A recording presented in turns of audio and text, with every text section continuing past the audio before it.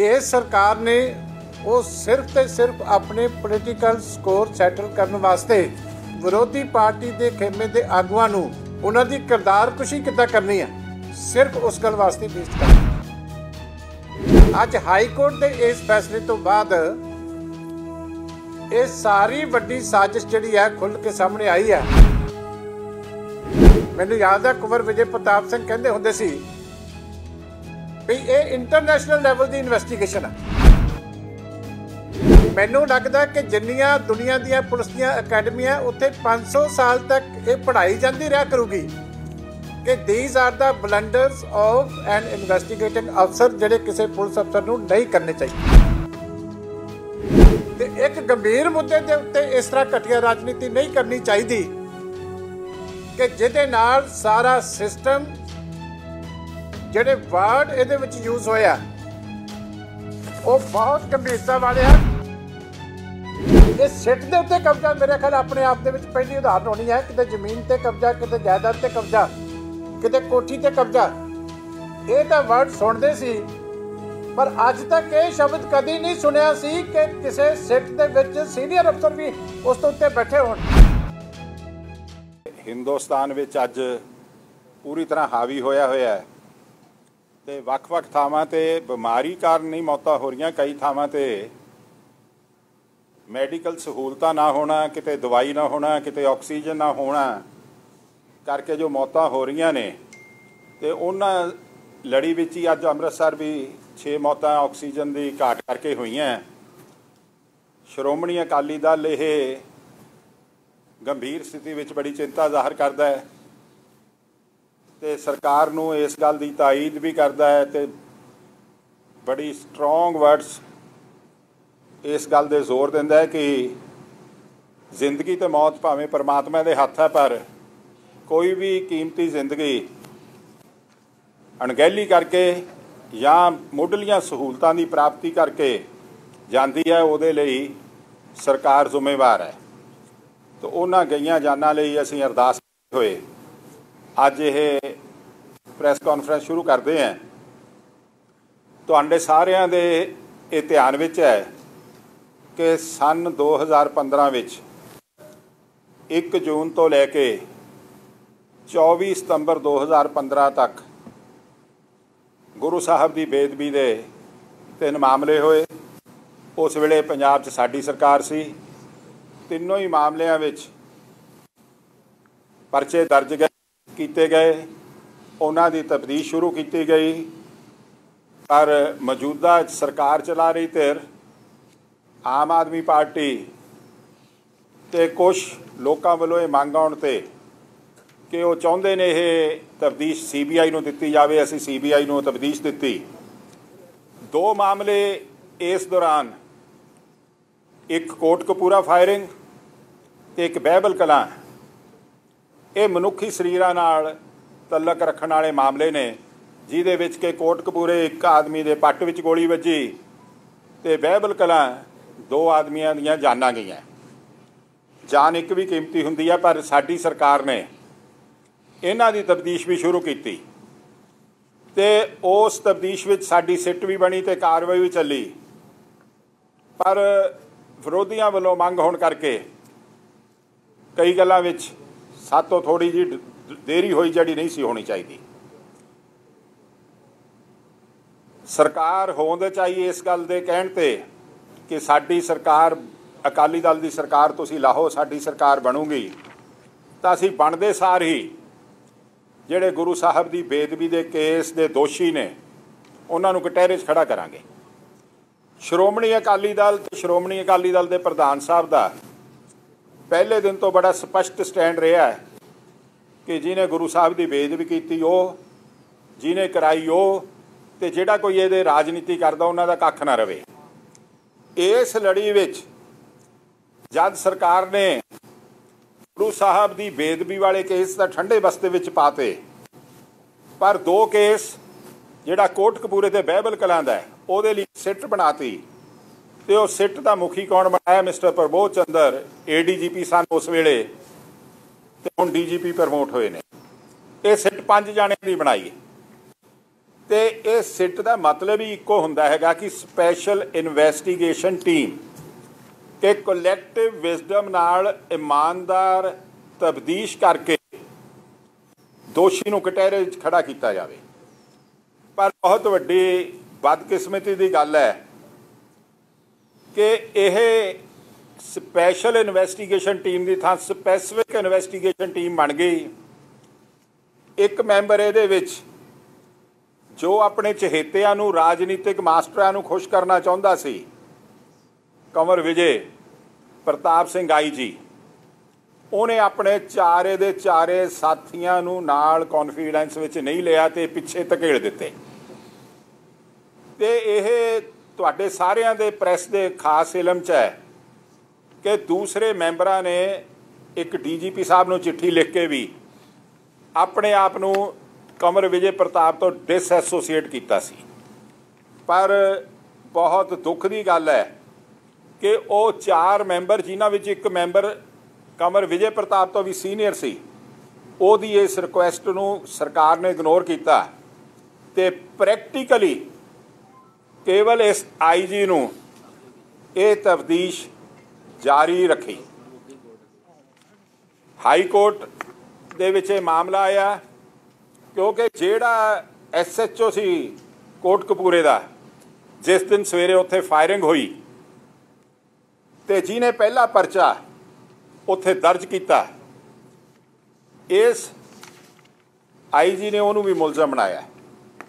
ਇਹਨੇ ਇੱਕ ਕਾਂਸਟੇਬਲ ਰਸ਼ਪਾਲ ਸਿੰਘ ਜਿਹੜਾ ਆਪ ਇੰਜਰਡ ਸੀ, ਉਹਨਾਂ ਨੇ ਰਲ ਕੇ ਹਾਈ ਕੋਰਟ ਵਿੱਚ ਪਟੀਸ਼ਨ ਪਾਈ ਤੇ ਜਿਹਦੇ ਵਿੱਚ ਉਹਨਾਂ ਨੇ ਇਸ ਆਈਜੀ ਦੇ ਕ੍ਰੈਡੈਂਸ਼ੀਅਲਸ ਨੂੰ ਚੈਲੰਜ ਕੀਤਾ ਤੇ ਜਿਹੜੀ ਇਹਦੀ ਇਨਵੈਸਟੀਗੇਸ਼ਨ ਰਿਪੋਰਟ ਆ ਉਹਨੂੰ ਰੱਦ ਕਰਨ ਲਈ ਆਪਣੀ ਪੇਅਰ ਕੀਤੀ ਤੇ ਫਰਦਰ ਇਨਵੈਸਟੀਗੇਸ਼ਨ ਓਨੈਸਟ ਅਫਸਰ ਤੋਂ ਕਰਾਉਣ ਦੀ ਗੱਲ ਕੀਤੀ ਜਾਂ ਇਹਨੂੰ ਕਿਤੇ CBI ਕੋਲ ਤਬਦੀਲ ਲਈ ਮੰਗ ਕੀਤੀ। ਉਹ ਫੈਸਲਾ ਮਾਨਯੋਗ ਹਾਈ ਕੋਰਟ ਨੇ 19 ਅਪ੍ਰੈਲ ਨੂੰ ਸੁਣਾਇਆ, 9 ਅਪ੍ਰੈਲ ਨੂੰ, ਤੇ ਉਹ ਦੀ ਰਿਟਨ ਜੱਜਮੈਂਟ 89 ਪੇਜ ਦੀ ਕੱਲ 23 ਤਰੀਕ ਨੂੰ ਡਿਲੀਵਰ ਹੋਈ ਹੈ। ਹੁਣ ਸਭ ਤੋਂ ਪਹਿਲੀ ਗੱਲ ਹੈ ਕਿ ਸਭ ਬੰਦੇ ਨਾਲੇ ਇਹ ਸਣੇ ਹਰ ਗੱਲ ਵਿੱਚ ਇਹ ਗੱਲ ਕਹਿ ਕੇ ਕੋਸ਼ਿਸ਼ ਕਰਨੀ ਚਾਹੁੰਦੇ ਸੀ, ਇਹਨੂੰ ਇਮੋਸ਼ਨਲੀ ਐਕਸਪਲਾਇਟ ਕਰਨਾ ਚਾਹੁੰਦੇ ਸੀ, ਇਹਨੂੰ ਪੋਲੀਟੀਕਲੀ ਡੇਟਾ ਬਣਾ ਕੇ ਯੂਜ਼ ਕਰਨਾ ਚਾਹੁੰਦੇ ਸੀ, ਇਹਨਾਂ ਨੂੰ ਲੋਕਾਂ ਦੀਆਂ ਭਾਵਨਾਵਾਂ ਨਾਲ ਖੜਵਾਲ ਕਰਨਾ ਚਾਹੁੰਦੇ ਸਨ ਤੇ ਬੇਅਦਬੀ ਦੇ ਕੇਸਾਂ ਦੀ ਗੱਲ ਕਰਦੇ ਸੀ। ਇਸ ਗੱਲ ਦੇ ਵਿੱਚ ਇਹ ਜੱਜਮੈਂਟ ਮੂੰਹ ਬੋਲਦੀ ਤਸਵੀਰ ਹੈ, ਜਿਹਦੇ ਪਹਿਲੇ ਸਫੇ ਤੇ ਕਲੀਅਰ ਲਿਖਿਆ ਕਿ ਜਿਹੜੀ ਮੇਰੀ ਇਹ ਜੱਜਮੈਂਟ ਹੈ, ਇਹ ਜੱਜਮੈਂਟ ਨਾ ਬਹਿਬਲ ਕਲਾਂ ਦੇ ਫਾਇਰਿੰਗ ਕੇਸ ਨੂੰ ਡੀਲ ਕਰਦੀ ਹੈ, ਨਾ ਜਿਹੜੇ 3 FIR ਜਿਨ੍ਹਾਂ ਦੀ ਡੇਟ ਤੇ ਤਰੀਕ ਤੇ ਨੰਬਰ ਜਿਹੜੇ ਬਾਜਾਖਾਨਾ ਥਾਣਾ 'ਚ ਰਜਿਸਟਰ ਹੋਏ ਨੇ ਉਹਨਾਂ ਨੂੰ ਕੰਸਰਨ ਕਰਦੀ ਹੈ। ਇਹ ਕੇਵਲ ਤੇ ਕੇਵਲ ਜਿਹੜਾ FIR 15/10/2015 ਨੂੰ ਕੋਟਕਪੂਰੇ ਦੀ ਫਾਇਰਿੰਗ ਲਈ ਰਜਿਸਟਰ ਹੋਇਆ, ਇਹ ਜੱਜਮੈਂਟ ਉਹਨੂੰ ਕੰਸਰਨ ਕਰਦੀ ਹੈ। ਇਹ ਜੱਜਮੈਂਟ ਤੋਂ ਬਾਅਦ ਇੱਕ ਗੱਲ ਮਾਨਯੋਗ ਹਾਈ ਕੋਰਟ ਨੇ ਬੜੀ ਕਲੀਅਰ ਕਰਤੀ, ਕਿਉਂਕਿ ਸਮੁੱਚੇ ਵਿਸ਼ਵ ਵਿੱਚ ਰਹਿੰਦੇ ਗੁਰੂ ਨਾਨਕ ਨਾਮ ਲੇਵਾ ਨੇ, ਗੁਰੂ ਗ੍ਰੰਥ ਸਾਹਿਬ ਤੇ ਭਰੋਸਾ ਰੱਖਣ ਵਾਲਿਆਂ ਦੇ ਮਨ ਵਿੱਚ ਇੱਕ ਆਸ ਬੱਝੀ ਸੀ, ਇੱਕ ਭਰੋਸਾ ਸੀ ਦੋਸ਼ੀਆਂ ਨੂੰ ਕਟਹਿਰੇ 'ਚ ਖੜਾ ਕਰੇਗੀ, ਉਹਨਾਂ ਨੂੰ ਲੋਕਾਂ ਦੇ ਅੱਖਾਂ ਦੇ ਸਾਹਮਣੇ ਲਿਆਂਦਾ ਜਾਊਗਾ ਤੇ ਸਿੱਖ ਵਲੂੰਦਰੇ ਹਿਰਦਿਆਂ ਨੂੰ ਇੱਕ ਸ਼ਾਂਤੀ ਮਿਲੂਗੀ। ਪਰ ਅਫਸੋਸ ਗੁਰੂ ਸਾਹਿਬ ਦੀ ਬੇਦਬੀ ਵਾਲੇ ਕੇਸਾਂ ਨੂੰ ਠੰਡੇ ਬਸਤੇ ਵਿੱਚ ਪਾ ਕੇ ਰਾਜਨੀਤਿਕ ਕੜਿੱਲ ਕੱਢਣ ਲਈ ਪਿਛਲੀ ਰਹੀ ਸਰਕਾਰ ਤੇ ਸਰਕਾਰ ਨੂੰ ਚਲਾਉਣ ਵਾਲੇ ਮੁਖੀ ਤੇ ਉਹਨਾਂ ਦੇ ਸਹਿਯੋਗੀ, ਉਹਨਾਂ ਨੂੰ ਇਹਨਾਂ ਨੇ ਟਾਰਗੇਟ ਕਰਨ ਲਈ ਇਹ ਤਫਤੀਸ਼ ਆਰੰਭੀ। ਬੜੀ ਡਿਟੇਲ ਵਿੱਚ ਜੱਜ ਸਾਹਿਬ ਨੇ ਇੱਕ ਪੱਖ ਇਹਦਾ ਜਿਹੜਾ ਹੈਗਾ ਆਪਣੀ ਜੱਜਮੈਂਟ ਵਿੱਚ ਵਿਚਾਰਿਆ ਤੇ ਮੈਂ ਸਮਝਦਾ ਕਿ ਜਦ ਜੱਜ ਸਾਹਿਬ ਦੀ ਇਹ ਜੱਜਮੈਂਟ ਇਨ ਡਿਟੇਲ ਕੱਲ ਆ ਗਈ ਤੇ ਅੱਜ ਬੜੀ ਐਗਜ਼ੌਸਟਿਵਲੀ ਪ੍ਰੈਸ ਵਿੱਚ ਕਵਰ ਵੀ ਕੀਤੀ ਗਈ ਹੈ ਤੇ ਮੈਂ ਸਮਝਦਾ ਉਸ ਜੱਜਮੈਂਟ ਤੋਂ ਬਾਅਦ ਦੋ ਗੱਲਾਂ ਕ੍ਰਿਸਟਲ ਕਲੀਅਰ ਹੋ ਗਈਆਂ ਨੇ ਕਿ ਕਾਂਗਰਸ ਤੇ ਆਪ ਨੇ ਰਲ ਕੇ ਜਿਹੜੀ ਕੌਂਸਪੀਰੇਸੀ ਸਟਾਰਟ ਕੀਤੀ ਸੀ ਅਕਾਲੀ ਦਲ ਨੂੰ ਪਾਵਰ ਤੋਂ ਪਾਸੇ ਕਰਨ ਲਈ। ਇਨੀਸ਼ੀਅਲੀ ਉਹ 2017 ਵਿੱਚ ਜ਼ਰੂਰ ਕਾਮਯਾਬ ਹੋਏ, ਪਰ ਇਹ ਨੈਕਸਸ ਨੇ ਜੋ ਆਪਣੇ ਮੰਦ ਭਾਵਨਾ ਨਾਲ, ਡਿਸਓਨੈਸਟ ਇੰਟੈਂਸ਼ਨ ਨਾਲ ਸ਼੍ਰੋਮਣੀ ਅਕਾਲੀ ਦਲ ਤੇ ਸ਼੍ਰੋਮਣੀ ਅਕਾਲੀ ਦਲ ਦੀ ਲੀਡਰਸ਼ਿਪ ਨੂੰ ਕਟਹਿਰੇ ਵਿੱਚ ਖੜਾ ਕਰਕੇ ਸਹੀ ਦੋਸ਼ੀਆਂ ਨੂੰ ਨੇੜੇ ਨਾ ਜਾਣ ਦਾ ਆਪਣੀ ਸੋਚ ਬਣਾਈ ਸੀ। ਉਹ ਪੰਜਾਬ ਤੇ ਹਰਿਆਣਾ ਹਾਈ ਕੋਰਟ ਦੀ ਇਸ ਜੱਜਮੈਂਟ ਨੇ ਬੁਰੀ ਤਰ੍ਹਾਂ ਐਕਸਪੋਜ਼ ਕਰ ਦਿੱਤੇ ਆ ਇਹ ਨੈਕਸਸ। ਤੇ ਮੈਂ ਸਮਝਦਾ ਕਿ ਇਹ ਹਿਸਟੋਰਿਕ ਜੱਜਮੈਂਟ ਹੈ, ਇਸ ਲਈ ਨਹੀਂ ਕਿ ਇਕੱਲਾ ਇਸ ਕੰਵਰ ਵਿਜੇ ਪ੍ਰਤਾਪ ਦੇ ਕੰਡਕਟ ਨੂੰ ਐਕਸਪੋਜ਼ ਕੀਤਾ ਹੈ, ਇਸ ਲਈ ਕਿ ਘੱਟੋ ਘੱਟ ਲੋਕਾਂ ਨੂੰ ਅੱਜ ਜੁਡੀਸ਼ੀਅਲ ਸਿਸਟਮ ਤੇ ਇਤਬਾਰ ਹੋ ਜਾਊਗਾ। ਇਸ ਪਟੀਸ਼ਨ ਵਿੱਚ ਨਾ ਅਕਾਲੀ ਦਲ ਪਟੀਸ਼ਨਰ ਹੈ, ਨਾ ਅਕਾਲੀ ਦਲ ਨਾ ਅਕਾਲੀ ਦਲ ਦਾ ਲੀਡਰ ਕੋਈ ਪਟੀਸ਼ਨਰ ਹੈ। ਦੋ ਪੁਲਿਸ ਵਾਲੇ ਜਦ ਉਹਨਾਂ ਨੇ ਦੇਖਿਆ ਕਿ ਇਹ ਕਾਨੂੰਨ ਦੀਆਂ ਧੱਜੀਆਂ ਉਡਾਈਆਂ ਜਾਂਦੀਆਂ, ਉਹ ਪਟੀਸ਼ਨ ਵਿੱਚ ਆਏ ਤੇ ਮਾਨਯੋਗ ਹਾਈ ਕੋਰਟ ਨੇ ਆਪਣੇ ਜਿਹੜਾ ਆਪਰੇਟਿਵ ਪੋਰਸ਼ਨ ਆਫ ਜੱਜਮੈਂਟ ਹੈ, ਮੈਂ ਉਹ ਵੀ ਤੁਹਾਨੂੰ ਜ਼ਰੂਰ ਕਿ ਉਹਨਾਂ ਨੇ ਕੀ ਲਿਖਿਆ। The state government shall constitute a special investigation team of 3 senior IPS officers from the state of Punjab, which shall not include respondent number 3, Vijay Pratap, and which shall include at least one officer senior to respondent number 3, and which shall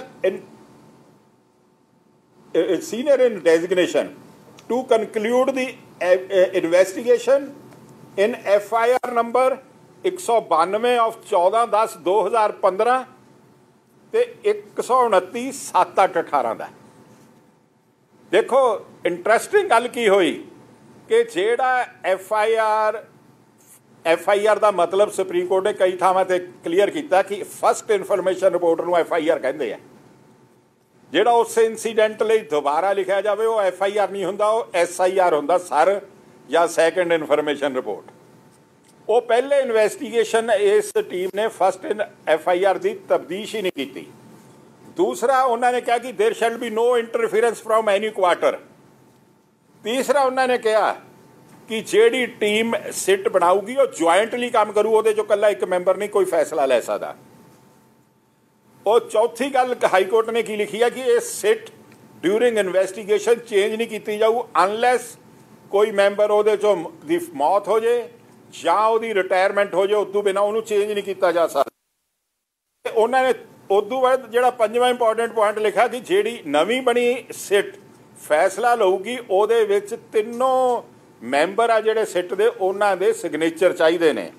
and ਛੇਵਾਂ ਹੈਗਾ ਕਿ ਉਹ ਜਿਹੜੀ investigation ਹੈ ਉਹ ਇਲਾਕਾ magistrate ਦੇ ਪੇਸ਼ ਕਰਨਗੇ, ਕਿਸੇ ਅਥਾਰਟੀ ਨੂੰ ਨਹੀਂ ਸਬਮਿਟ ਕਰਨਗੇ। ਤੇ ਉਹਨਾਂ ਨੇ ਕਿਹਾ ਕਿ preferably this report should be submitted within 6 months from the constitution of that ਸਿਟ।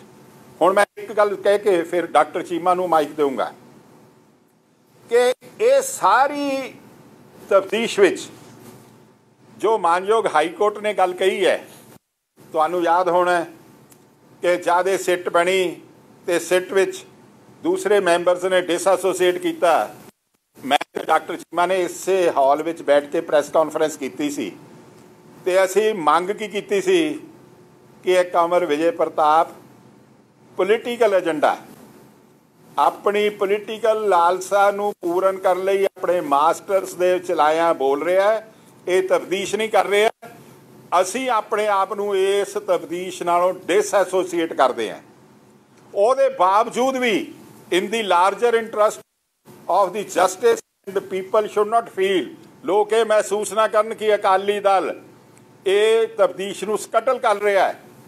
ਜਦ ਇਹ ਤਬਦੀਸ਼ ਨੇ ਸਰਦਾਰ ਪ੍ਰਕਾਸ਼ ਸਿੰਘ ਬਾਦਲ ਤੇ ਸਰਦਾਰ ਸੁਖਬੀਰ ਸਿੰਘ ਬਾਦਲ ਦੇ ਬਿਆਨ ਰਿਕਾਰਡ ਕਰਨ ਲਈ ਕਿਹਾ, ਅਸੀਂ ਕੋਆਪਰੇਟ ਕੀਤਾ। ਮੇਰਾ ਅੱਜ ਤੁਹਾਡੇ ਸਾਹਮਣੇ ਬੇਨਤੀ ਕਰਨ ਦਾ ਮਤਲਬ ਇਹ ਹੈ ਕਿ ਇਹ ਜਿਹੜੀ ਕੌਨਸਪੀਰੇਸੀ ਹੈ ਸਰਕਾਰ ਨੇ ਕੀਤੀ to defame Akali Dal, Akali leadership, एक कॉन्सपरेसी बड़ी डीप रूटेड कॉन्सपरेसी सी ਜਿਹਨੂੰ ਐਕਸੀਕਿਊਟ ਕਰਨ ਲਈ ਡਿਊਟੀ ਕਮਰ ਵਿਜੇ ਪ੍ਰਤਾਪ ਦੀ ਲੱਗੀ। ਤੇ ਹੁਣ ਇਹ ਕਿੱਥੋਂ ਸਾਬਤ ਹੁੰਦਾ ਹੈ ਕਿ ਇਹ ਕੌਨਸਪੀਰੇਸੀ ਦੇ ਐਕਸੀਕਿਊਟੈਂਟ ਨੂੰ ਗਵਰਨਮੈਂਟ ਬਚਾ ਰਹੀ ਹੈ। ਇਸ ਜੱਜਮੈਂਟ ਨੂੰ ਪੜ੍ਹ ਕੇ ਕੋਈ ਵੀ ਸਰਕਾਰ ਇਸ ਅਫਸਰ ਨੂੰ ਸਕਾਟ ਫਰੀ ਨਹੀਂ ਜਾਣ ਦੇਗੀ। ਐਂਡ ਲਾਅ ਇਹ ਹੈ ਕਿ ਜਿਹੜੇ ਅਫਸਰ ਦੇ ਖਿਲਾਫ ਕੋਈ ਚਾਰਜਿਸ ਪੈਂਡਿੰਗ ਹੋਣ, ਜਿੰਨਾ ਚਿਰ ਉਹ ਸੌਟ ਆਊਟ ਨਾ ਕੀਤੇ ਜਾਣ, ਉਹਨਾਂ 'ਤੇ ਬਣਦੀ ਫੈਸਲਾ ਲੈ ਕੇ ਸਜ਼ਾ ਨਾ ਦਿੱਤੀ ਜਾਵੇ, ਨਾ ਉਹਦੀ ਪ੍ਰੀਮੈਚੁਰ ਰਿਟਾਇਰਮੈਂਟ ਲਈ ਜਾ ਸਕਦੀ ਹੈ, ਨਾ ਉਹਦਾ ਅਸਤੀਫਾ ਲਿਆ ਜਾ ਸਕਦਾ। ਹੁਣ ਜਦ ਇਹ ਮਾਨਯੋਗ ਹਾਈ ਕੋਰਟ ਨੇ ਆਪਣੀ 89 ਪੇਜ ਜੱਜਮੈਂਟ ਵਿੱਚ ਇਸ ਬੰਦੇ ਬਾਰੇ ਜਿਹੜੀ ਆਪਣੀ 87 ਪੇਜ 'ਤੇ ਲਫ਼ਜ਼ ਸ਼ਬਦਾਵਲੀ ਯੂਜ਼ ਕੀਤੀ ਹੈ, ਮੈਂ ਉਹ ਪੜ੍ਹ ਕੇ ਮੈਂ ਅੱਗੇ ਡਾਕਟਰ ਸਾਹਿਬ ਨੂੰ ਦੇਵਾਂਗਾ। ਉਹਨਾਂ ਨੇ ਇਸ ਇਨਵੈਸਟੀਗੇਸ਼ਨ ਨੂੰ ਮੈਲੀਸ਼ੀਅਸ, ਪੋਲੀਟੀਕਲ,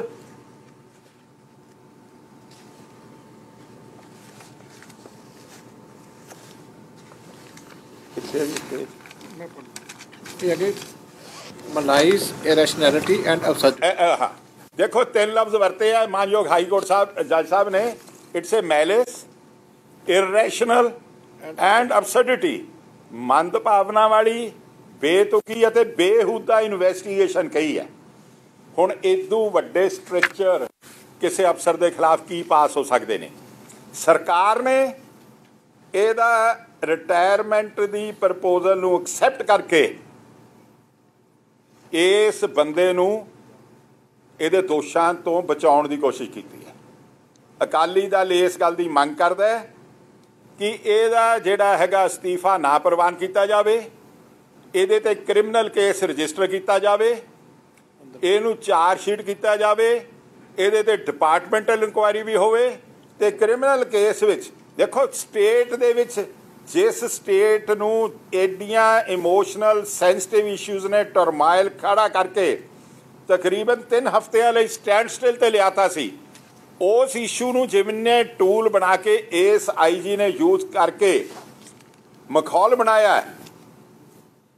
ਉਹ ਬਾਕੀ ਸਾਰਾ ਡਾਕਟਰ ਜੀਵਾ ਦੱਸਣਗੇ। ਮੈਂ ਤੁਹਾਨੂੰ ਇੱਕ ਗੱਲ ਕਹਿਣਾ ਕਿ ਸਾਡੀ ਇਹ ਮੰਗ ਹੈ ਕਿ ਇਹਨੂੰ ਇੱਥੇ ਕੋਨਾਇੰਸ ਫੇਅਰ ਸਾਬਤ ਹੋ ਗਈ। ਜੇ ਸਰਕਾਰ ਇਹਦੇ ਨਾਲ ਰਲੀ ਨਾ ਹੁੰਦੀ ਤਾਂ ਜਸਟਿਸ ਡਿਮਾਂਡ ਇਹ ਕਰਦਾ ਸੀ he should have been immediately suspended, chargesheeted, criminal case ਵੀ ਰਜਿਸਟਰਡ ਅਗੇਂਸਟ ਹਿਮ, ਅਤੇ ਇਹਦੀ ਅਰੈਸਟ ਕੀਤੀ ਜਾਂਦੀ। ਅਤੇ ਇੱਕ ਮੈਂ ਗੱਲ ਹੋਰ ਕਹਿਣੀ ਚਾਹੁੰਦਾ, ਕਈ ਵੀਰ ਜਿਨ੍ਹਾਂ ਨੂੰ ਅਕਾਲੀ ਦਲ ਨਾਲ ਉਹੀ ਐਲਰਜੀ ਹੈ, ਉਹ ਕਹਿ ਦਿੰਦੇ ਹੈ ਕਿ ਜੀ ਇਹ ਤਾਂ ਬੜਾ ਇੰਡੀਪੈਂਡੈਂਟ ਸੀਗਾ। ਜਿਸ ਬੰਦੇ ਨੂੰ ਤੁਸੀਂ ਇੰਡੀਪੈਂਡੈਂਟ ਕਹਿੰਦੇ ਹੋ, ਉਸ ਬੰਦੇ ਦੇ ਅਗੇਂਸਟ 5 ਕੇਸਾਂ 'ਚ ਆਲਰੇਡੀ ਸਟ੍ਰਿਕਚਰ ਪਾਸ ਹੋਏ ਨੇ। ਅੰਮ੍ਰਿਤਸਰ ਕਿਡਨੀ ਕੇਸ ਦਾ ਕਿੱਡਾ ਇਹਨੇ ਬਣਾਇਆ ਵਬਾਲ ਕਿ ਜੀ ਆਹ ਹੋ ਰਿਹਾ, ਆਲ ਵਰ ਐਕੁਇਟਡ। ਇਹਦੇ ਸਾਰੇ ਕੇਸਾਂ ਵਿੱਚ ਜਿੰਨੇ ਕੇਸ ਅੱਜ ਤੱਕ ਇਸ ਅਫਸਰ ਨੇ ਇਨਵੈਸਟੀਗੇਟ ਕੀਤਾ, success rate is not even 1%, all acquitted. ਇੱਕ Punjab police, Punjab civil services ਦਾ ਕਲਾਸ 1 ਆਫੀਸਰ ਸੀ, ਉਹਦਾ ਮੁੰਡਾ ਤੇ ਉਹਦਾ ਦੋਸਤ ਕਾਰ ਐਕਸੀਡੈਂਟ 'ਚ ਫਸੇ। ਇਸ ਬੰਦੇ ਨੇ ਜ਼ੋਰ ਲਾ ਕੇ ਉਹਨਾਂ 'ਤੇ 302 ਕੇਸ ਰਜਿਸਟਰ ਕਰਾਉਣ ਦੀ ਗੱਲ ਕੀਤੀ। ਸੁਪਰੀਮ ਕੋਰਟ ਤੱਕ ਲਿਟੀਗੇਸ਼ਨ ਗਈ, ਅਲਟੀਮੇਟਲੀ ਚਲਾਨ 304 'ਚ ਹੋਇਆ। ਦਿਸ ਮੈਨ ਵਾਜ਼ ਕੰਡੈਮਡ ਐਂਡ ਉਸ ਵੇਲੇ ਦੇ DGP ਮੋਸਟ ਪ੍ਰੋਬਬਲੀ, ਜੇ ਮੈਂ ਭੁੱਲਦਾ ਨਾ ਹੋਵਾਂ, ਅਨਿਲ ਕੌਸ਼ਿਕ ਨੇ ਇਹਨਾਂ ਦੀ ਐਕਸਪਲੇਨੇਸ਼ਨ ਕਾਲ ਵੀ ਕੀਤੀ। ਇਹਨਾਂ ਦੀ ਹੁਣੇ ਇੱਕ ਕੇਸ ਅੰਮ੍ਰਿਤਸਰ ਦਾ ਕੇਸ ਸੀ ਜਿਹਦੇ ਵਿੱਚ ਸਿਵਲ ਮੈਟਰ ਸੀ, ਇਹਨੇ ਕ੍ਰਿਮੀਨਲ ਕੇਸ ਰਜਿਸਟਰ ਕੀਤਾ। ਪੰਜਾਬ ਤੇ ਹਰਿਆਣਾ ਦੇ ਹਾਈ ਕੋਰਟ ਦੇ ਜੱਜ ਸਾਹਿਬ ਸੰਜੇ ਕੌਲ ਜੀ ਨੇ ਇਹਨਾਂ ਦੇ 'ਤੇ ਸਟ੍ਰਿਕਚਰ ਪਾਸ ਕੀਤੇ।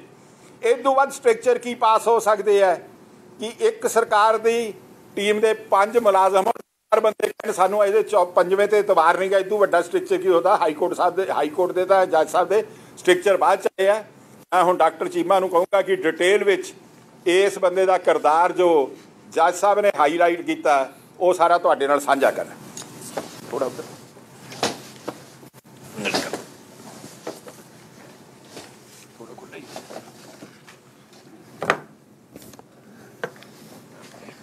ਗਰੇਵਾਲ ਸਾਹਿਬ ਨੇ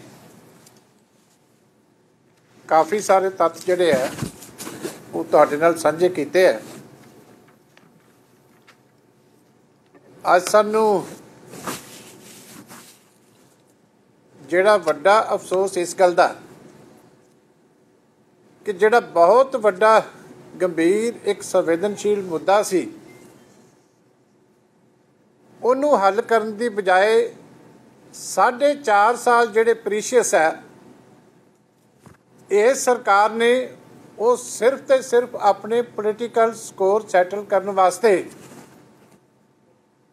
ਔਰ ਇੱਕ ਇਸ ਤਰ੍ਹਾਂ ਦੀ ਇਨਵੈਸਟੀਗੇਸ਼ਨ ਜਿਹਦਾ ਇੱਕੋ ਇੱਕ ਮਕਸਦ ਸੀ ਕਿ ਵਿਰੋਧੀ ਪਾਰਟੀ ਦੇ ਖੇਮੇ ਦੇ ਆਗੂਆਂ ਨੂੰ ਉਹਨਾਂ ਦੀ ਕਿਰਦਾਰਕੁਸ਼ੀ ਕਿੱਦਾਂ ਕਰਨੀ ਹੈ, ਸਿਰਫ ਉਸ ਗੱਲ ਵਾਸਤੇ ਵੇਸਟ ਕਰ ਦਿੱਤਾ। ਤਸੱਲੀ ਇਸ ਗੱਲ ਦੀ ਹੈ ਕਿ ਇਹ ਸਾਰੀ ਜਿਹੜੀ ਬਹੁਤ ਵੱਡੀ ਇੱਕ ਕ੍ਰਿਮੀਨਲ ਕੌਂਸਪੀਰੇਸੀ ਸੀ, ਸਾਜ਼ਿਸ਼ ਸੀ, ਅੱਜ ਹਾਈ ਕੋਰਟ ਦੇ ਇਸ ਫੈਸਲੇ ਤੋਂ ਬਾਅਦ ਇਹ ਸਾਰੀ ਵੱਡੀ ਸਾਜ਼ਿਸ਼ ਜਿਹੜੀ ਹੈ ਖੁੱਲ੍ਹ ਕੇ ਸਾਹਮਣੇ ਆਈ ਹੈ ਕਿ ਕਿਸ ਤਰੀਕੇ ਮੁੱਖ ਮੰਤਰੀ ਸਾਹਿਬ ਦੀਆਂ ਡਾਇਰੈਕਸ਼ਨਸ ਦੇ ਉੱਤੇ ਕਿਸ ਤਰੀਕੇ ਇੱਕ ਸਾਜ਼ਿਸ਼ੀ ਤਰੀਕੇ ਦੇ ਨਾਲ ਮੁੱਖ ਮੰਤਰੀ ਨਿਵਾਸ ਦੇ ਵਿੱਚ ਮੀਟਿੰਗਾਂ ਕਰਕੇ ਇੱਕ ਸੰਵੇਦਨਸ਼ੀਲ ਇਨਵੈਸਟੀਗੇਸ਼ਨ ਨੂੰ ਇਸ ਤਰੀਕੇ ਯੂਜ਼ ਕੀਤਾ ਜਾਂਦਾ ਰਿਹਾ ਕਿ ਅਸੀਂ ਆਪਣੀ ਜਿਹੜੀ ਆਪੋਜੀਸ਼ਨ ਪਾਰਟੀ ਆ ਉਹਨੂੰ ਟਾਰਗੇਟ ਕਰਕੇ ਲੋਕਾਂ ਦੇ ਵਿੱਚ ਮਿਸ ਇਨਫੋਰਮੇਸ਼ਨ ਕੰਪੇਨ ਚਲਾ ਕੇ ਤੇ ਰਾਜਨੀਤਿਕ ਲਾਹਾ ਜਿਹੜਾ ਉਹ ਕਿਸ ਹੱਦ ਤੱਕ ਜਿਹੜਾ ਉਹ ਲੈ ਸਕਦੇ ਹਾਂ। ਇਹ ਚੀਜ਼ ਔਨ ਰਿਕਾਰਡ ਕਿਸੇ ਜੱਜਮੈਂਟ ਦੇ ਵਿੱਚ ਆਉਣੀ ਔਰ ਹਾਈ ਕੋਰਟ ਦੇ ਜੱਜ ਸਾਹਿਬ ਦਾ ਇਹ ਸਾਰੀ ਕੌਂਸਪੀਰੇਸੀ ਦੇ ਉੱਤੇ ਖੁੱਲ੍ਹ ਕੇ ਇਸ ਤਰੀਕੇ ਕਮੈਂਟ ਕਰਨਾ, ਮੈਂ ਸਮਝਦਾ ਕਿ ਆਪਣੇ ਆਪ ਦੇ ਵਿੱਚ ਇੱਕ ਇਤਿਹਾਸਿਕ ਜੱਜਮੈਂਟ ਆ। ਮੈਨੂੰ ਯਾਦ ਹੈ ਕੁੰਵਰ ਵਿਜੇ ਪ੍ਰਤਾਪ ਸਿੰਘ ਕਹਿੰਦੇ ਹੁੰਦੇ ਸੀ ਵੀ ਇਹ ਇੰਟਰਨੈਸ਼ਨਲ ਲੈਵਲ ਦੀ ਇਨਵੈਸਟੀਗੇਸ਼ਨ ਆ। ਇਹ ਮੈਂ ਅੱਜ ਇਹ ਤਾਂ ਨਹੀਂ ਕਹਿੰਦਾ ਕਿ ਇੰਟਰਨੈਸ਼ਨਲ ਲੈਵਲ ਦੀ ਹੈ ਕਿ ਉਸ ਤੋਂ ਵੀ ਕੋਈ ਵੱਡੀ ਹੋ ਸਕੇ। ਕਹਿੰਦੇ ਸੀ ਇਹਨੂੰ ਕੋਰਟ ਕੀਤਾ ਜਾਂਦਾ ਰਿਹਾ ਕਰੂਗਾ 100 ਸਾਲ ਤੱਕ।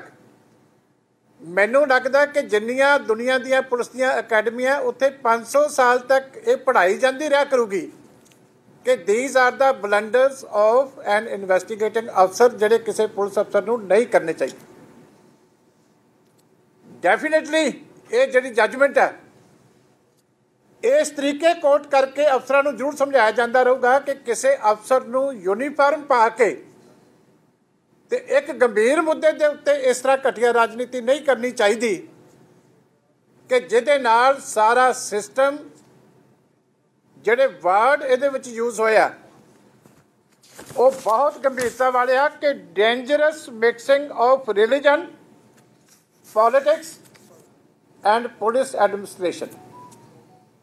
ਧਰਮ, ਰਾਜਨੀਤੀ ਤੇ ਪੁਲਿਸ ਐਡਮਿਨਿਸਟ੍ਰੇਸ਼ਨ ਦਾ ਜਿਸ ਤਰੀਕੇ ਦਾ ਸੁਮੇਲ ਇਸ ਸਾਰੀ ਇਨਵੈਸਟੀਗੇਸ਼ਨ ਦੇ ਵਿੱਚ ਕੀਤਾ ਗਿਆ ਰਾਜਨੀਤਿਕ ਲਾਹਾ ਲੈਣ ਵਾਸਤੇ, ਇਹ ਮਜਬੂਰ ਹੋ ਕੇ ਜੱਜ ਸਾਹਿਬ ਨੂੰ ਆਪਣੀ ਜੱਜਮੈਂਟ ਦੇ ਵਿੱਚ ਜਿਹੜਾ ਉਹ ਲਿਖਣਾ ਪੈਂਦਾ। ਇਹ ਕਿਸੇ ਆਮ ਇਨਵੈਸਟੀਗੇਸ਼ਨ ਦੇ ਉੱਤੇ ਅੱਜ ਤੱਕ ਇਸ ਤਰ੍ਹਾਂ ਦੇ ਸਖਤ ਸ਼ਬਦ ਕਦੀ ਕਿਸੇ ਕੋਰਟ ਨੇ ਨਹੀਂ ਯੂਜ਼ ਕੀਤੇ ਔਰ ਮੈਂ ਹੈਰਾਨ ਹਾਂ ਕਿ ਕੋਰਟ ਨੂੰ ਕੀ ਲਿਖਣਾ ਪੈ ਰਿਹਾ ਕਿ ਜਿਹੜਾ ਇਨਵੈਸਟੀਗੇਟਿੰਗ ਅਫਸਰ ਸੀ ਜਿਹਦਾ ਜ਼ਿਕਰ ਕੀਤਾ ਕੁੰਵਰ ਵਿਜੇ ਪ੍ਰਤਾਪ ਦਾ ਹੁਣੇ ਹੀ ਸਰਦਾਰ ਮਹੇਸ਼ਿੰਦਰ ਸਿੰਘ ਗਰੇਵਾਲ ਸਾਹਿਬ ਨੇ, ਕਿ ਉਹਨੇ ਕਿਸ ਤਰੀਕੇ ਆਪਣੇ ਰਾਜਨੀਤਿਕ ਜਿਹੜੀ ਅਪਰੋਚ ਸੀ, ਪਾਵਰ ਸੀ, CM ਦੀ ਪੈਟਰੋਨੀ ਸੀ, ਉਹਨੂੰ ਯੂਜ਼ ਕਰਕੇ ਆਪਣੇ ਤੋਂ ਸੀਨੀਅਰ ਅਫਸਰ ਵੀ ਤੇ ਜੂਨੀਅਰ ਵੀ ਸਾਰਿਆਂ ਨੂੰ ਸਿੱਟ ਦੇ ਵਿੱਚੋਂ ਪਾਸੇ ਕਰ ਦਿੱਤਾ। ਇਹ ਵਿੱਚ ਜੱਜਮੈਂਟ ਦੇ ਵਿੱਚ ਜ਼ਿਕਰ ਹੁੰਦਾ ਕਿਉਂਕਿ 5 ਮੈਂਬਰੀ SIT ਸੀ, 2 ਅਫਸਰ ਸੀਨੀਅਰ ਸੀ, ਉਹਨਾਂ ਨੂੰ ਨੁਕਰੇ ਲਾ ਕੇ ਤੇ ਕਿਵੇਂ ਉਹਨੇ ਸਾਰੀ ਸਿੱਟ ਦੇ ਉੱਤੇ ਕਬਜ਼ਾ ਕੀਤਾ। ਇਹ ਸਿੱਟ ਦੇ ਉੱਤੇ ਕਬਜ਼ਾ ਮੇਰੇ ਖਿਆਲ ਆਪਣੇ ਆਪ ਦੇ ਵਿੱਚ ਪਹਿਲੀ ਉਦਾਹਰਨ ਹੋਣੀ ਹੈ, ਕਿਤੇ ਜ਼ਮੀਨ ਤੇ ਕਬਜ਼ਾ, ਕਿਤੇ ਜਾਇਦਾਦ ਤੇ ਕਬਜ਼ਾ, ਕਿਤੇ ਕੋਠੀ ਤੇ ਕਬਜ਼ਾ। ਇਹ ਤਾਂ ਵਰਡ ਸੁਣਦੇ ਸੀ ਪਰ ਅੱਜ ਤੱਕ ਇਹ ਸ਼ਬਦ ਕਦੀ ਨਹੀਂ ਸੁਣਿਆ ਸੀ ਕਿ ਕਿਸੇ ਸਿੱਟ ਦੇ ਵਿੱਚ ਸੀਨੀਅਰ ਅਫਸਰ ਵੀ ਉਸ ਤੋਂ ਉੱਤੇ ਬੈਠੇ ਹੋਣ ਤੇ ਆਪਣੀ ਜਿਹੜੀ ਰਾਜਨੀਤਿਕ ਸਰਪ੍ਰਸਤੀ ਕਰਕੇ ਕੋਈ ਅਫਸਰ ਇੰਨੀ ਪਾਵਰ ਲੈ ਜਾਵੇ, ਉਹ ਵੀ ਯੂਨੀਫਾਰਮਡ ਪੁਲਿਸ ਦੇ ਵਿੱਚ, ਕਿ ਆਪਣੇ ਤੋਂ ਨਾ ਸੀਨੀਅਰ ਦੀ ਗੱਲ ਪੁੱਛੇ ਨਾ ਜੂਨੀਅਰ ਦੀ ਰਾਏ ਲਵੇ और एक तरफा जो ਉਹਨੂੰ ਆਵੇ ਉਹ ਆਪਣਾ ਕਰਕੇ ਤੇ ਉਹਨੂੰ ਜਿਹੜੀ ਹੈ ਸਾਜ਼ਿਸ਼ੀ ਤਰੀਕੇ ਦੇ ਨਾਲ ਮੀਡੀਆ ਦੇ ਵਿੱਚ ਹਰ ਰੋਜ਼ ਪੇਸ਼ ਕਰੇ। ਦੂਜੀ ਗੱਲ ਤਾਰੀਫ ਸੁਣੋ ਜਿਹੜੀ ਇੰਟਰਨੈਸ਼ਨਲ ਇਨਵੈਸਟੀਗੇਸ਼ਨ ਦੀ ਹੈ। ਜੱਜ ਸਾਹਿਬ ਲਿਖਦੇ ਆ ਕਿ he went to the extent of manufacturing statements of witnesses to suit his designs ਕਿ ਇੱਥੋਂ ਤੱਕ ਵੀ ਇਨਵੈਸਟੀਗੇਸ਼ਨ ਅਫਸਰ ਗਿਆ ਕਿ ਉਹਨੇ ਆਪਣੀ ਮਨਮਰਜ਼ੀ ਦੇ ਬਿਆਨ ਜਿਹੜੇ ਆ ਜਿਹੜੇ ਉਹਨੂੰ ਸੂਟ ਕਰਦੇ ਸੀ ਆਪਣੀ ਇਨਵੈਸਟੀਗੇਸ਼ਨ ਦੀ ਰਿਪੋਰਟ ਲਿਖਣ ਵਾਸਤੇ ਉਹਨੇ ਆਪਣੀ ਮਨਮਰਜ਼ੀ ਦੇ ਜਿਹੜੇ ਆ ਉਹ ਤਿਆਰ ਕੀਤੇ। Went to the extent of manufacturing. ਹੁਣ ਇਸ ਤੋਂ ਵੱਡੀ ਫੋਰਜਰੀ ਕੀ ਹੋ ਸਕਦੀ ਆ ਕਿ ਇੱਕ ਅਫਸਰ ਦੇ ਉੱਤੇ ਹਾਈ ਕੋਰਟ ਜਿਹੜੀ ਹੈ ਉਹਨੂੰ ਇਸ ਗੱਲ ਵਾਸਤੇ ਕਨਵਿਕਟ ਕਰ ਰਹੀ ਹੈ ਕਿ ਤੇਰੀ ਜਿਹੜੀ ਰਿਪੋਰਟ ਹੈ ਇਹ ਜਿਹੜੇ ਤੂੰ ਗਵਾਹ ਤਿਆਰ ਕੀਤੇ ਆ ਇਹ ਤੂੰ ਆਪ ਆਪਣੀ ਮਨਮਰਜ਼ੀ ਦੇ ਉਹਨਾਂ ਦੇ ਬਿਆਨ ਜਿਹੜੇ ਆ ਉਹ ਤਿਆਰ ਕੀਤੇ। ਔਰ ਕੱਲਾ ਇੱਥੇ ਨਹੀਂ ਉੱਥੇ ਇਹ ਵੀ ਲਿਖਿਆ ਕਿ ਜਿਹੜੀਆਂ ਕਨਕਲੂਜ਼ਨਸ ਡਰਾ ਕੀਤੀਆਂ ਜਾਂਦੀਆਂ ਕਿਉਂਕਿ ਬਿਆਨ ਲਿਖਣ ਤੋਂ ਬਾਅਦ ਕਿ ਇਹਦਾ ਮਤਲਬ ਕੀ ਨਿਕਲਦਾ ਉਹ ਬਿਆਨ ਕੁਛ ਹੋਰ ਹੁੰਦਾ ਸੀ ਤੇ ਉਹਦਾ ਮਤਲਬ ਆਪਣੀ ਮਰਜ਼ੀ ਦੇ ਨਾਲ ਕੁਛ ਹੋਰ ਹੁੰਦਾ ਸੀ। ਔਰ ਬੜਾ ਓਪਨਲੀ ਕੋਰਟ ਨੇ ਲਿਖਿਆ ਕਿ ਆਪਣੇ ਰਾਜਨੀਤਿਕ ਅਕਾਵਾਂ ਨੂੰ ਫਾਇਦਾ ਦੇਣ ਵਾਸਤੇ political interest of current dispensation qua investigation ਕਿ ਕਿਸ ਤਰੀਕੇ ਆਪਣੇ ਰਾਜਨੀਤਿਕ ਅਕਾਵਾਂ ਜਿੱਥੋਂ ਮੇਰਾ ਭਾਵ ਮੁੱਖ ਮੰਤਰੀ ਸਾਹਿਬ ਹੈ ਕਾਂਗਰਸ ਦੇ ਪ੍ਰਧਾਨ ਸਾਹਿਬ ਹੈ ਕਾਂਗਰਸ ਦੇ ਬਾਕੀ ਲੀਡਰ ਹੈ ਜਿਹੜੇ ਮੰਤਰੀ ਹੈ ਜਿਹੜੇ ਉੱਥੇ ਉਸ ਜੁੰਡਲੀ ਦੇ ਵਿੱਚ ਸ਼ਾਮਲ ਹੁੰਦੇ ਸੀ ਜਦੋਂ ਇਹ ਸਾਰੀ ਸਾਜ਼ਿਸ਼ ਰਚੀ ਜਾਂਦੀ ਸੀ ਇਹ ਉਹਨਾਂ ਦੇ ਵਾਸਤੇ ਇਹ ਸਾਰਾ ਕੰਮ ਜਿਹੜਾ ਉਹ ਕੀਤਾ ਜਾਂਦਾ। ਔਰ ਹੋਰ ਕੀ ਲਿਖਿਆ ਜਾਂਦਾ ਅੱਗੇ ਕਿ political theatrics by repeatedly going to media against outgoing politician ਜਿਹੜੀ ਗੱਲ ਅਸੀਂ ਪਹਿਲਾਂ ਗਰੇਵਾਲ ਸਾਹਿਬ ਨੇ ਵੀ ਜ਼ਿਕਰ ਕੀਤਾ ਕਿ ਕੰਮ ਕੀ ਹੁੰਦਾ ਸੀ ਕਿ ਵਾਰ-ਵਾਰ ਮੀਡੀਆ ਦੇ ਵਿੱਚ ਜਾ ਕੇ ਔਰ ਖ਼ਾਸ ਤੌਰ 'ਤੇ ਉਹਨਾਂ ਨੇ ਪਾਰਲੀਮੈਂਟ ਇਲੈਕਸ਼ਨ ਦਾ ਜ਼ਿਕਰ ਕੀਤਾ ਜਿਹਦੇ ਵਿੱਚ ਇਲੈਕਸ਼ਨ ਕਮਿਸ਼ਨ ਆਫ ਇੰਡੀਆ ਨੇ ਵੀ ਆਰਡਰ ਕੀਤੇ ਸੀ ਕਿ ਇਹ ਗਲਤ ਕੰਮ ਕਰ ਰਿਹਾ model code of conduct the violation ਕਰ ਰਿਹਾ ਕਿ ਇਹ ਇਸ ਤਰੀਕੇ ਦੇ ਨਾਲ ਜਾ ਕੇ ਮੌਕਾ ਭਾਲ ਕੇ ਤੇ ਪੋਲੀਟੀਕਲ ਬਿਆਨ ਦਿੰਦਾ ਹੁੰਦਾ ਸੀ ਵੱਖ-ਵੱਖ ਟੀਵੀ ਇੰਟਰਵਿਊਆਂ ਦੇ ਵਿੱਚ ਜਾ ਕੇ ਜਿਹਦੇ ਨਾਲ ਵਿਰੋਧੀ ਪਾਰਟੀ ਜਿਹੜੀ ਸ਼੍ਰੋਮਣੀ ਅਕਾਲੀ ਦਲ ਉਹਦੇ ਲੀਡਰਸ਼ਿਪ ਜਿਹੜੀ ਆ ਉਹਨੂੰ ਨੁਕਸਾਨ ਪਹੁੰਚੇ। ਇਹ ਮੈਂ ਨਹੀਂ ਕਹਿ ਰਿਹਾ ਇਹ ਸਾਰਾ ਕੁਝ ਜਿਹੜੀ ਇਨਵੈਸਟੀਗੇਸ਼ਨ ਜਿਹੜੀ ਰਿਪੋਰਟ 99 ਪੇਜ ਦੀ ਹਾਈ ਕੋਰਟ ਨੇ ਲਿਖੀ ਹੈ ਇਹ ਉਹਦੇ ਵਿੱਚ ਇਹਦਾ ਜਿਹੜਾ ਜ਼ਿਕਰ ਕੀਤਾ ਜਾਂਦਾ। ਫਿਰ ਉੱਥੇ ਜ਼ਿਕਰ ਹੁੰਦਾ ਇੱਕ ਜਗ੍ਹਾ 'ਤੇ ਕਿ intended to create narrative against one political party during election ਜਿਹਦਾ ਜ਼ਿਕਰ ਮੈਂ ਹੁਣੇ ਕੀਤਾ। ਔਰ ਇਹਦੀ ਇਨਵੈਸਟੀਗੇਸ਼ਨ ਜਿਹੜੀ ਹੈ ਇਹ ਵੀ ਬਹੁਤ ਰੇਅਰ ਹੁੰਦਾ ਅਦਾਲਤਾਂ ਵਾਸਤੇ ਕਿ ਸਾਰੀ ਦੀ ਸਾਰੀ ਇਨਵੈਸਟੀਗੇਸ਼ਨ ਜਿਹੜੀ ਹੈ ਕਿਸੇ ਅਫਸਰ ਦੀ ਜਿਹੜੀ ਹੈ ਉਹ ਕੁਐਸ਼ ਕਰ ਦਿੱਤੀ ਜਾਵੇ ਔਰ ਨਾਲ ਦੀ ਨਾਲ ਇਹ ਵੀ ਆਰਡਰ ਹੋ ਜਾਣ ਕਿ ਉਹਨੂੰ ਉੱਥੋਂ ਹਟਾ ਦਿੱਤਾ ਜਾਵੇ। ਔਰ ਜਿਹੜੀ ਹੋਰ ਵੱਡੀ ਗੱਲ ਹੈ ਕਿ ਕੋਰਟ ਨੇ ਇਹ ਵੀ ਮੰਨਿਆ ਕਿ ਇਹ ਅਫਸਰ ਦਾ ਕੋਈ ਪਹਿਲਾ ਮੌਕਾ ਨਹੀਂ ਹੈ ਜਿਹਦਾ ਜ਼ਿਕਰ ਅੱਗੇ ਗਰੇਵਾਲ ਸਾਹਿਬ ਨੇ ਕੀਤਾ। 58 ਨੰਬਰ ਸਫੇ ਦੇ ਉੱਤੇ ਸਪਸ਼ਟ ਲਿਖਿਆ ਹੋਇਆ ਦੈਟ ਦੀ ਰਿਸਪੋਂਡੈਂਟ ਨੰਬਰ 3 ਮਤਲਬ Kunwar Vijay Pratap Singh does have a tendency of misusing his official position and authority in performance of his duties। ਆ ਜਿਹੜੇ ਲੀਡਰ ਰੋਜ਼ ਬੋਲਦੇ ਆ ਨਾ ਜਾ ਕੇ ਕਿ ਇਸ ਤੋਂ ਵਧੀਆ ਅਫਸਰ ਕੋਈ ਨਹੀਂ ਉਹ ਪੰਜਾਬ ਤੇ ਹਰਿਆਣਾ ਹਾਈ ਕੋਰਟ ਦੀ ਜੱਜਮੈਂਟ ਪੜ੍ਹ ਲੈਣ ਕਿ ਜੱਜਮੈਂਟ ਦੇ ਮਾਇਨੇ ਕੀ ਹੈ ਕਿ ਇਹ ਉਹ ਅਫਸਰ ਹੈ ਜਿਹਦੀ ਹੈਬਿਟ ਹੈ ਕਿ ਆਪਣੀ ਅਥਾਰਟੀ ਨੂੰ ਮਿਸਯੂਜ਼ ਕਰਦਾ ਜਦੋਂ ਵੀ ਇਹਨੂੰ ਕਿਤੇ ਡਿਊਟੀ ਵਾਸਤੇ ਜਿਹੜਾ ਉਹ ਲਿਖਿਆ ਜਾਂਦਾ। ਔਰ ਫਿਰ 2010 ਦੀ ਸਿਵਲ ਰਿਟ ਪਟੀਸ਼ਨ ਦਾ ਜ਼ਿਕਰ ਹੈ ਜਿਹਦੇ ਵਿੱਚ ਇਹਨੂੰ 5000 ਰੁਪਇਆ ਕਾਸਟ ਪੇ ਕਰਨੀ ਪਈ ਸਿਰਫ ਇਸੇ ਕਰਕੇ ਕਿ ਇਹਨੇ ਇੱਕ ਸਿਵਲ ਲਿਟੀਗੇਸ਼ਨ ਨੂੰ ਕ੍ਰਿਮੀਨਲ ਲਿਟੀਗੇਸ਼ਨ ਦੇ ਵਿੱਚ ਕਨਵਰਟ ਕੀਤਾ ਸੀ ਔਰ ਕੋਰਟ ਨੇ ਅਪੋਲੋਜੀ ਵੀ ਲਈ ਇਹ ਤੋਂ ਔਰ ਨਾਲ ਇਹਨੂੰ 5000 ਰੁਪਇਆ ਫਾਈਨ ਕੀਤਾ ਉਹਦੀ ਕਾਸਟ ਜਿਹੜੀ ਹੈ ਉਹ ਲਿਟੀਗੇਸ਼ਨ ਦੀ ਪੇ ਕਰਨੀ ਪਈ। ਔਰ ਇੱਥੋਂ ਤੱਕ ਨਹੀਂ ਹੈ ਇਹ ਵੀ ਪਹਿਲੀ ਵਾਰੀ ਹੈ ਵਿਰੋਧੀ ਪਾਰਟੀਆਂ ਨੂੰ ਤਾਂ ਧਮਕਾਉਂਦਾ ਹੀ ਸੀਗੇ ਉਹ ਤਾਂ ਤੁਸੀਂ ਕਿਉਂਕਿ ਟੀਵੀ 'ਤੇ ਰਿਕਾਰਡ ਕਰਕੇ ਸੁਣਾਉਂਦੇ ਰਹੇ ਤੁਹਾਨੂੰ ਸਾਡੇ ਨਾਲੋਂ ਜ਼ਿਆਦਾ ਬਿਹਤਰ ਪਤਾ ਵੀ ਕਿਸ ਤਰ੍ਹਾਂ ਦੇ ਦਮਗਜੇ ਵੱਜਦੇ ਸੀ। ਈਵਨ ਕੋਰਟ ਦੇ ਵਿੱਚ ਜਾ ਕੇ, ਜਿਹੜੀ ਸੈਸ਼ਨ ਕੋਰਟ ਦੇ ਵਿੱਚ ਜਾ ਕੇ CGM ਦੇ ਖਿਲਾਫ ਐਪਲੀਕੇਸ਼ਨ ਦੇਣੀ ਔਨ ਐਡਮਿਨਿਸਟ੍ਰੇਟਿਵ ਸਾਈਡ, ਇਹਦਾ ਵੀ ਹਾਈ ਕੋਰਟ ਨੇ ਬਹੁਤ ਗੰਭੀਰਤਾ ਦੇ ਨਾਲ ਨੋਟਿਸ ਲਿਆ ਔਰ ਉੱਥੇ ਕਿਹਾ ਕਿ ਇਹਨੇ ਜਾਣ ਬੁੱਝ ਕੇ ਕੀਤਾ। ਹਾਈ ਕੋਰਟ ਨੇ ਬੜੀ ਬਰੀਕੀ ਦੇ ਨਾਲ ਚੀਜ਼ਾਂ ਦੇਖੀਆਂ ਕਿ ਜਾਣ ਬੁੱਝ ਕੇ ਮੁਜਰਮ ਨੂੰ ਇੱਕ ਮੈਜਿਸਟ੍ਰੇਟ ਦੇ ਕੋਲ ਉਸ ਦਿਨ ਪੇਸ਼ ਕੀਤਾ ਗਿਆ ਜਿੱਦਣ ਉਹ ਡਿਊਟੀ ਮੈਜਿਸਟ੍ਰੇਟ ਸੀ ਔਰ ਉਸੇ ਦਿਨ ਹੀ ਉਹਦੇ ਖਿਲਾਫ ਅਰਜੀ ਦੇ ਦਿੱਤੀ ਗਈ ਕਿ ਇਹਦਾ ਸੰਬੰਧ ਜਿਹੜਾ ਸਾਬਕਾ ਮੁੱਖ ਮੰਤਰੀ ਦੇ ਨਾਲ। ਔਰ ਅਗਲੇ ਦਿਨ ਉਹਨਾਂ ਨੇ ਕਿਹਾ ਕਿ ਜਿਸ ਮਕਸਦ ਵਾਸਤੇ ਇਹਨੇ ਸਾਰਾ ਡਰਾਮਾ ਕੀਤਾ ਸੀ ਉਹ ਪਰਪਸ ਹੱਲ ਵੀ ਹੋਇਆ, ਕਿਉਂਕਿ ਸਾਰੀਆਂ ਅਖਬਾਰਾਂ ਦੇ ਵਿੱਚੋਂ ਖਬਰਾਂ ਜਿਹੜੀਆਂ ਇਹ ਚਾਹੁੰਦਾ ਸੀ ਬਦਨਾਮ ਕਰਨ ਦੀਆਂ ਅਕਾਲੀ ਲੀਡਰਸ਼ਿਪ ਨੂੰ, ਉਹ ਨਾਲ ਜੁਡੀਸ਼ਰੀ ਨੂੰ ਵੀ ਬਦਨਾਮ ਕੀਤਾ ਅਤੇ ਨਾਲ ਅਕਾਲੀ ਲੀਡਰਸ਼ਿਪ ਨੂੰ ਵੀ ਬਦਨਾਮ ਕੀਤਾ। ਕੱਲੀ ਇਹ ਗੱਲ ਨਹੀਂ, ਈਵਨ ਜਿਹੜੇ ਪਟੀਸ਼ਨਰ ਦੇ ਸੀਨੀਅਰ ਐਡਵੋਕੇਟ ਹੈ ਉਹਨਾਂ ਦੇ ਨਾਲ ਵੀ ਜਿਹੜਾ ਬਿਹੇਵੀਅਰ ਸੀਗਾ ਇਹਦਾ ਇਨਵੈਸਟੀਗੇਟਿੰਗ ਅਫਸਰ ਦਾ, ਉਹ ਵੀ ਡੈਰੋਗੇਟਰੀ ਹੈ। ਇਹ ਵੀ ਚੀਜ਼ ਜਿਹੜੀ ਹੈ ਇਹ ਪਹਿਲੀ ਵਾਰੀ ਹੈ ਕਿ ਇਸ ਤਰੀਕੇ ਜਿਹੜੀ ਹੈ ਰਿਕਾਰਡ ਦੇ ਵਿੱਚ ਆਈ ਹੈ। ਬੜਾ ਕਲੀਅਰ ਕੱਟ ਇੱਥੇ ਲਿਖਿਆ that the Kanwar Vijay Pratap does not hesitate in using his position and capacity even for purposes motivated politically।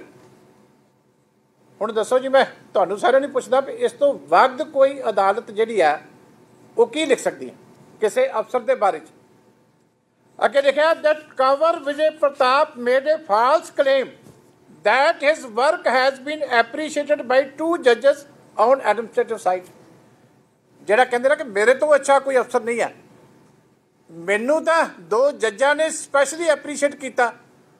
ਉਹ ਵੀ ਝੂਠ ਜਿਹੜਾ ਕੋਰਟ ਨੇ ਫੜ ਲਿਆ ਵੀ ਕਿਸੇ ਹਾਈ ਕੋਰਟ ਦੇ ਜੱਜ ਨੇ ਕਦੀ ਇਹਨੂੰ ਐਡਮਿਨਿਸਟ੍ਰੇਟਿਵ ਸਾਈਡ ਦੇ ਉੱਤੇ ਕਦੀ ਵੀ ਇਹਦੀ ਸ਼ਲਾਘਾ ਨਹੀਂ ਕੀਤੀ। ਇਹ ਵੀ ਸਾਰਾ ਝੂਠ ਨਿਕਲਿਆ। ਇਸ ਕਰਕੇ ਜਿਹੜੇ ਮੇਰੇ ਭਰਾ ਨੇ ਉਹ TV ਤੇ ਚਲਾਇਆ ਸੀ, ਉਹ ਕਿਰਪਾ ਕਰਕੇ ਉਹਨਾਂ ਨੂੰ ਥੱਲੇ ਲਿਖ ਦਿਆ ਜੇ ਕਿ ਇਹ ਹਾਈ ਕੋਰਟ ਨੇ ਜਿਹੜੀ ਇਹਦਾ ਇਹ ਕਲੇਮ ਹੈ ਇਹ ਝੂਠਾ ਸਾਬਤ ਕਰ ਦਿੱਤਾ ਹੋਇਆ। ਕਿਉਂਕਿ ਮੈਂ ਵੀ ਸੁਣਦਾ ਹੁੰਦਾ ਸੀ ਕਿ ਅਕਸਰ ਆਪਣੀ ਤਾਰੀਫ ਕਰਨ ਵਾਸਤੇ ਕਿ ਮੈਂ ਬਹੁਤ ਹਾਈਲੀ ਐਜੂਕੇਟਡ ਹਾਂ ਔਰ ਇਸ ਤਰ੍ਹਾਂ ਦੀ ਮੇਰੀ ਇਨਵੈਸਟੀਗੇਸ਼ਨ ਹੈ। ਇਹ ਚੀਜ਼ ਜਿਹੜੇ ਵੀ ਕਿਸੇ ਵੀਰ ਨੇ ਚਲਾਈ ਸੀ, ਕਿਰਪਾ ਕਰਕੇ ਉੱਥੇ ਹੁਣ ਨਾਲ ਇਹ ਜ਼ਰੂਰ ਮੈਂਸ਼ਨ ਕਰ ਦਿਓ ਕਿ ਇਹ ਜਿਹੜਾ ਕਲੇਮ ਹੈ ਇਹ ਝੂਠਾ ਨਿਕਲਿਆ। ਅਖੀਰ ਤੇ ਕਿ that Kanwar Vijay Pratap indulging in these political theatrics to fulfill this own political purpose of creating post-trial green political pastures for himself so as to enter the political field। ਜਿਹੜੀ ਗੱਲ ਅਸੀਂ ਇੱਥੇ ਪ੍ਰੈਸ ਕਾਨਫਰੰਸ ਕਹੀ ਸੀ ਵੀ ਇਹਨੇ ਅਲਟੀਮੇਟਲੀ ਰਾਜਨੀਤੀ 'ਚ ਜਾਣਾ, ਵੀ ਇਹ ਕੇਜਰੀਵਾਲ ਦਾ ਵੀ ਚੇਲਾ ਅਤੇ ਆਹ ਜਿਹੜੇ ਸਾਡੇ ਮੁੱਖ ਮੰਤਰੀ ਸਾਹਿਬ ਆ ਉਹਨਾਂ ਦਾ ਤਾਂ ਸਭ ਤੋਂ ਬਲੂ ਆਈਡ ਬॉय ਸੀਗਾ, ਕਿਉਂਕਿ ਉਹਨਾਂ ਨੂੰ ਸੂਟ ਕਰਦਾ ਸੀ ਜਿਹੜੀ ਇਹ ਭਾਸ਼ਾ ਸਾਰਾ ਦਿਨ ਟੈਲੀਵਿਜ਼ਨਾਂ 'ਤੇ ਜਾ ਕੇ ਅਖਬਾਰਾਂ ਦੇ ਵਿੱਚ ਜਾ ਕੇ ਬੋਲਦਾ ਸੀ। ਅਸੀਂ ਕਹਿੰਦੇ ਸੀ ਚਲੋ ਤੁਸੀਂ ਇਗਨੋਰ ਕਰ ਸਕਦੇ ਸੀ, ਪਰ ਅੱਜ ਕੋਰਟ ਨੇ ਇਹ ਗੱਲ ਲਿਖੀ ਹੈ, ਹਾਈ ਕੋਰਟ ਨੇ ਇਹ ਗੱਲ ਲਿਖੀ ਹੈ ਕਿ ਇਹਦਾ ਜਿਹੜਾ ਕੰਡਕਟ ਹੈ ਇਹ ਲੱਗਦਾ ਕਿ ਪਾਰਟੀਆਂ ਨੂੰ ਓਬਲਾਈਜ਼ ਕਰਕੇ ਅਤੇ ਕੱਲ੍ਹ ਨੂੰ ਜਿਵੇਂ ਕੁਛ ਹੋਰ ਅਫਸਰ ਕਰਦੇ ਆ ਭਈ ਉਸੇ ਤਰੀਕੇ ਇਹਨੇ ਵੀ ਰਿਟਾਇਰਮੈਂਟ ਤੋਂ ਬਾਅਦ ਜਾ ਕੇ ਅਤੇ ਪੋਲੀਟਿਕਸ ਆਉਣਾ। ਤਾਂ ਮੇਰੇ ਖਿਆਲ ਹੈ ਵੀ ਥੋੜ੍ਹੇ ਦਿਨਾਂ ਤੱਕ ਜੱਜਮੈਂਟ ਦਾ ਜਿਹੜਾ ਇੱਕ ਇੱਕ ਅੱਖਰ ਹੈ ਹੁਣ ਨਜ਼ਰਾਂ ਹੀ ਲੱਗ ਰਹੀਆਂ। ਸਾਡੇ ਨਾਲ ਵੀ ਕਈ ਪ੍ਰੈਸ ਵਾਲੇ ਵੀਰ ਗੱਲ ਕਰਦੇ ਵੀ ਆਪ 'ਚ ਜਾ ਰਿਹਾ ਕਿ ਕਾਂਗਰਸ 'ਚ ਜਾ ਰਿਹਾ। ਇਹ ਹੁਣ ਕੁਛ ਦੇਰ ਦੀ ਗੱਲ ਹੈ, ਤੁਹਾਡੇ ਕੋਲੋਂ ਹੀ ਇਨਫੋਰਮੇਸ਼ਨ ਮਿਲੇਗੀ, ਇਸ ਕਰਕੇ ਅਸੀਂ ਉਸ ਦਿਨ ਦੀ ਉਡੀਕ ਕਰਨੀ ਬੈਟਰ ਪ੍ਰੈਫਰ ਕਰਾਂਗੇ। ਅੱਗੇ ਕੋਰਟ ਦੇ ਵਿੱਚ ਲਿਖਿਆ ਪੇਜ ਨੰਬਰ 69 ਤੇ that the respondent number 3 Kanwar Vijay Pratap was acting with personal malice and malevolent intention in furtherance of the extraneous agenda। ਹੁਣ ਦੱਸੋ ਇਹਦਾ ਕੀ ਜਵਾਬ ਦੇਣਗੇ ਕੁੰਵਰ ਵਿਜੇ ਪ੍ਰਤਾਪ ਸਿੰਘ ਜੀ ਕਿ ਅਦਾਲਤ ਤੁਹਾਨੂੰ ਇਹ ਗੱਲ ਕਹਿ ਰਹੀ ਹੈ ਕਿ ਤੁਸੀਂ ਬਦਨੀਤੀ ਦੇ ਨਾਲ ਕੰਮ ਕਰ ਰਹੇ, ਤੁਸੀਂ ਮੈਲਾਫਾਈਡ ਤਰੀਕੇ ਦੇ ਨਾਲ ਕੰਮ ਕਰ ਰਹੇ। ਜੇ ਇੰਨਾ ਕੁਛ ਇੱਕ ਜੱਜ ਨੂੰ ਲਿਖਣਾ ਪੈ ਰਿਹਾ ਤਾਂ ਦੱਸੋ ਕਿੰਨਾ ਮਟੀਰੀਅਲ ਉਹਨਾਂ ਦੇ ਸਾਹਮਣੇ ਆਇਆ ਹੋਊਗਾ ਕਿ 99 ਪੇਜ ਜਿਹੜੇ ਉਹਨਾਂ ਨੂੰ ਇਹਨਾਂ ਸ਼ਬਦਾਂ ਦੇ ਨਾਲ ਜਿਹੜੇ ਆ ਉਹ ਭਰਨੇ ਪਏ। that the court finds that respondent number 3 Kanwar Vijay Pratap has conducted investigation in a perfunctory manner। The report under section 173 CRPC filed by him is moved in the nature of hypothesis based on assumptions and fantasies। ਜੋ ਮਨ ਦੇ ਵਿੱਚ ਕਲਪਨਾ ਕਰ ਲਈ ਉਹੀ ਕਹਾਣੀ ਜਿਹੜੀ ਹੈ ਉਹ ਇਨਵੈਸਟੀਗੇਸ਼ਨ ਦੇ ਵਿੱਚ ਜਿਹੜੀ ਹੈ ਉਹ ਦੇਣੀ ਸ਼ੁਰੂ ਕਰ ਦੇਣੀ।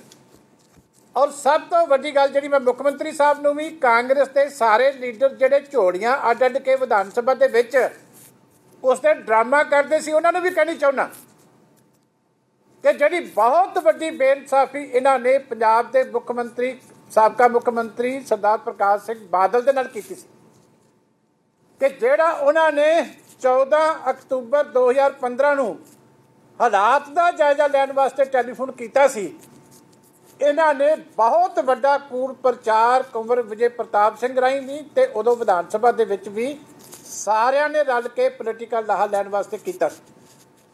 ਅੱਜ ਪੇਜ ਨੰਬਰ 73 ਦੇ ਵਿੱਚ ਔਰ ਇਹ ਗੱਲ ਪੜ੍ਹਨ ਤੋਂ ਪਹਿਲਾਂ ਮੈਂ ਦੱਸਣੀ ਚਾਹੁੰਦਾ ਕਿ ਅਸੀਂ ਪਟੀਸ਼ਨਰ ਨਹੀਂ, ਜਿਵੇਂ ਗਰੇਵਾਲ ਸਾਹਿਬ ਨੇ ਕਿਹਾ, ਇਹ ਨਾ ਬਾਦਲ ਸਾਹਿਬ ਵੱਲੋਂ ਸੀ ਨਾ ਕਿਸੇ ਸਾਡੇ ਵੱਲੋਂ ਸੀ।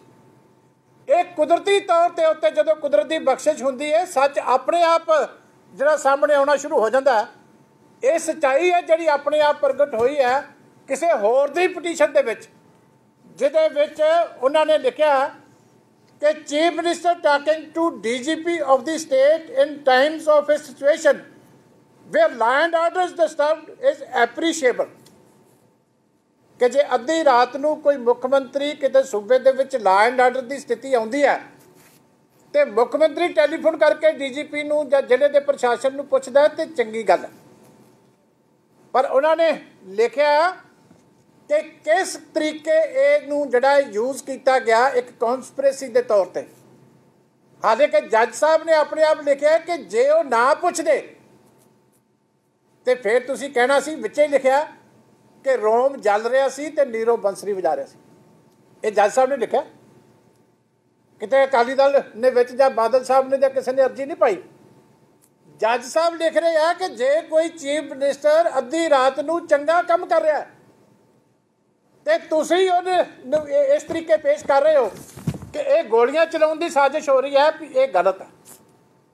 ਇਸ ਚੀਜ਼ ਨੂੰ ਐਪਰੀਸ਼ੀਏਟ ਕਰਨਾ ਚਾਹੀਦਾ ਕਿ ਐਟ ਲੀਸਟ ਉਹ ਅੱਧੀ ਰਾਤ ਨੂੰ ਜਨਤਾ ਦੀ ਸੇਵਾ ਵਾਸਤੇ ਮੁੱਖ ਮੰਤਰੀ ਅਫਸਰਾਂ ਨੂੰ ਪੁੱਛ ਰਿਹਾ। ਨਾਲ ਹੀ ਉਹਨਾਂ ਲਿਖਿਆ ਕਿ ਜੇ ਇਸ ਤਰ੍ਹਾਂ ਦੇ ਤੁਸੀਂ ਜਿਹੜੇ ਆ ਨਤੀਜੇ ਕੱਢੋਗੇ ਤੇ ਕੱਲ੍ਹ ਨੂੰ ਕੋਈ ਵੀ ਮੁੱਖ ਮੰਤਰੀ ਜਿਹੜਾ ਤੁਸੀਂ ਭਾਵੇਂ ਰੋਜ਼ ਅੰਦਰ ਕਰ ਦਿਓ ਕਿ ਕਿਤੇ ਘਟਨਾ ਹੋਵੇ ਮੁੱਖ ਮੰਤਰੀ ਨੇ ਤਾਂ ਪੁੱਛਣਾ ਹੀ ਹੁੰਦਾ ਜ਼ਿਲ੍ਹੇ ਨੂੰ, ਤੇ ਤੁਸੀਂ ਇਹ ਕਹਿ ਦਿਓ ਕਿ ਇਹਦੇ ਵਾਸਤੇ ਮੁੱਖ ਮੰਤਰੀ ਜ਼ਿੰਮੇਵਾਰ। ਇਹ ਚੀਜ਼ਾਂ ਜਿਹੜੀਆਂ ਨੇ ਜੱਜਮੈਂਟ ਦੇ ਵਿੱਚ ਆਉਣੀਆਂ, ਮੈਂ ਸਮਝਦਾ ਕੁਦਰਤ ਦੀ ਬਹੁਤ ਵੱਡੀ ਬਖਸ਼ਿਸ਼ ਹੈ। ਕਿਉਂਕਿ ਗੁਰਬਾਣੀ ਦੇ ਵਿੱਚ ਆਉਂਦਾ ਨਾ, ਕੂੜ ਨਖੱਟੇ ਨਾਨਕਾ ਓੜਕ ਸੱਚ ਰਹੇ।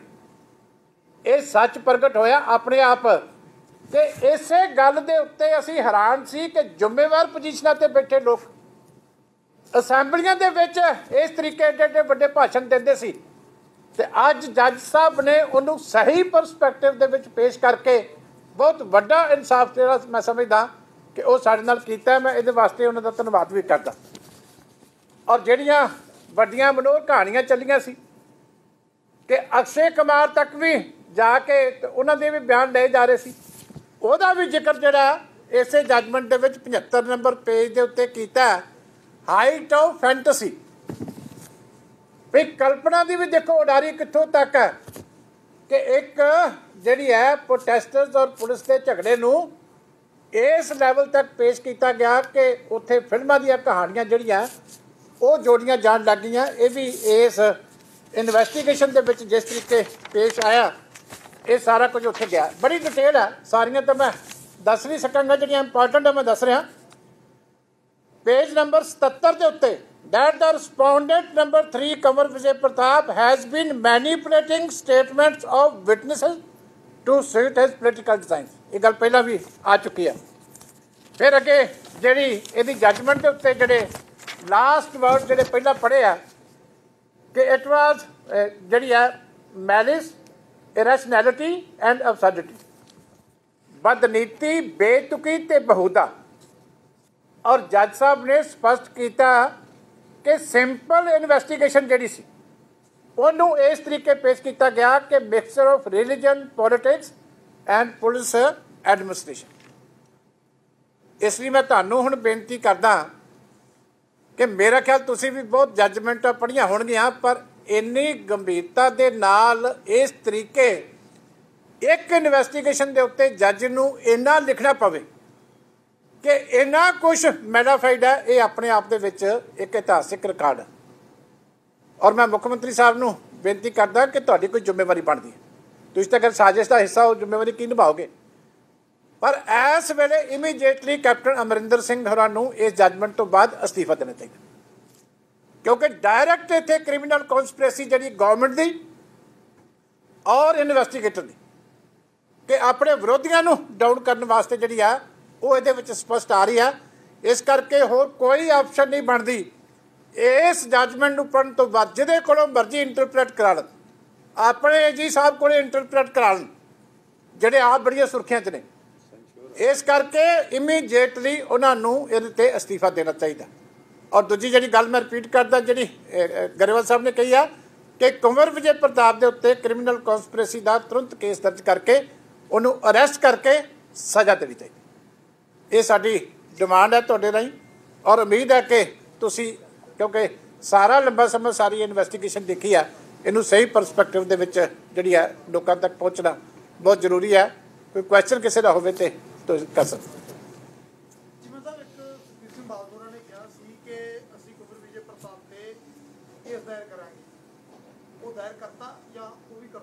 नहीं देखो गल है, हुण तां बहुत कुछ जजमेंट आ गई, जो कुछ असी साबित करना सी उस तो कई गुणा माड़ा इस जजमेंट ने साबित कर दिता। बाकी वो जो क्या सी वो हले असी देखांगे, लेकिन हुण तां उस तो कई गुणा वध पहले साबित हो गया। जिस बंदे बारे इन्ने शब्द कोर्ट नूं लिखने पैण कि मैलाफाइड है, सारा कुछ पोलिटिकली मोटिवेटेड है, पोलिटिकल है, इरैशनल है, ये तो हुण दसो भी बाकी की बचा।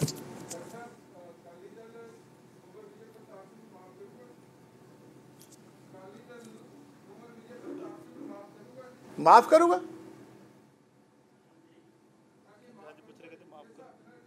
नहीं, असी सज़ा मंग रहे हैं उन्होंने अंदर देने वास्ते, तुसीं माफी की गल करी जाओ। डॉक्टर साहब असी तो कह रहे हैं कि उन्हें सज़ा मिलनी चाहिए। डॉक्टर साहब तुसीं सज़ा नहीं मंग करते हैं ते कह रहे हैं कि उन्होंने बड़ी साजिश रची है सरकार के नाल मिल के ते उन्होंने जो अस्तीफा दिता वो प्रवान नहीं करना चाहिए, उनके खिलाफ अनुशासन की विभागी कार्रवाई होनी चाहिए, नाल FIR दर्ज होनी चाहिए। सरकार तुसीं नाल ही नाल दोष ला रहे सरकार ने साजिश रची है जी, ਤੁਹਾਨੂੰ लगता है कि नंबर 1 भी सरकार है जी ये थोड़ी डिमांड ਨੂੰ ਮੰਨ ਲਵੇਗੀ। नंबर 2 क्या ਤੁਸੀਂ ਜਿਵੇਂ ਬਰਾੜ ਸਾਹਿਬ ਨੇ ਵੀ ਕਿਹਾ ਹੈ ਕਿ ਤੁਸੀਂ ਇਹਨਾਂ ਦੇ ਕਾਰਵਾਈ ਕਰੋਗੇ, ਕੇਸ ਦਰਜ ਕਰੋਗੇ ਕਿ ਨਹੀਂ? देखो पहली तो गल ये है कि असी सब तो पहला तो मुख्यमंत्री साहब का अस्तीफा मंगया। जे सरकार के उत्ते भरोसा होवे जां मुख्यमंत्री साहब ठीक होंगे फिर जी मुख्यमंत्री साहब का अस्तीफा क्यों मंगते? मुख्यमंत्री साहब तो असी आप अस्तीफे की मंग कर रहे हैं क्योंकि उन्होंने सीधा दोष लग्या, साबित होया इहदे विच कि पोलिटिकली सारा कुछ फैसले होंदे रहे आ। मुख्यमंत्री साहब इन्वेस्टिगेशन नूं डायरैक्ट करते रहे, उन्होंने नाल कैबिनेट के वजीर बैठे रहे, उन्होंने पार्टी के प्रधान बैठते रहे, सब कुछ साबित होया इहदे विच। पर यह नहीं कि जब मुख्यमंत्री चला जाए तो सिस्टम बंद हो जाता। जिहड़ी सज़ा हैगी है ये रूल हुंदा कि जे एडियां वड्डियां स्ट्रक्चर किसी के अगेंस्ट हो जांदियां जिहदे वो कह रहा है कि he was manufacturing evidence, forgery होगी। तो की एक IPS अफसर जिहड़ा हुण जिहड़ा IG लैवल का कि उन्होंने फॉर्जरी माफ है? जो कोर्ट ने साबित कर दिता कि फॉर्जरी है कि इन्हें मैनुफैक्चर की है स्टेटमेंट, तो फिर उससे पर्चा क्यों नहीं होया? ਜਿਵੇਂ ਸਾਹਿਬ ਤੁਸੀਂ ਜਿਸ ਤਰ੍ਹਾਂ ਦੇ ਪਹਿਲਾਂ ਦਾਅਵੇ ਕਰਦੇ ਸੀ, ਹੁਣ ਹਾਈ ਕੋਰਟ ਦੀ ਜਿਸ ਤਰ੍ਹਾਂ ਜਜਮੈਂਟ ਆਈ ਹੈ ਉਹਦੇ ਤੌਰ ਤੇ ਤੁਹਾਨੂੰ ਲੱਗਦਾ ਹੈ ਕਿ ਤੁਹਾਡੇ ਜਿਹੜੇ ਇਲਜ਼ਾਮ ਸੀ ਉਹ ਸਾਰੀ ਚੀਜ਼ਾਂ ਕਲੀਅਰ ਹੋ ਗਈਆਂ ਜਜਮੈਂਟ ਦੇ ਵਿੱਚ, ਤਾਂ ਫਿਰ ਹੁਣ ਤੁਹਾਡੇ ਕੋਲ ਇਹ ਜਜਮੈਂਟ ਵੀ ਹੈ, ਤਾਂ ਇਸ ਤੋਂ ਅੱਗੇ ਇਸ ਜਜਮੈਂਟ ਦੇ ਆਧਾਰ ਤੇ ਜਜਮੈਂਟ ਨੂੰ ਆਧਾਰ ਬਣਾ ਕੇ ਤੁਸੀਂ ਮਾਨਯੋਗ ਕੋਰਟ 'ਚ ਜਾਓਗੇ?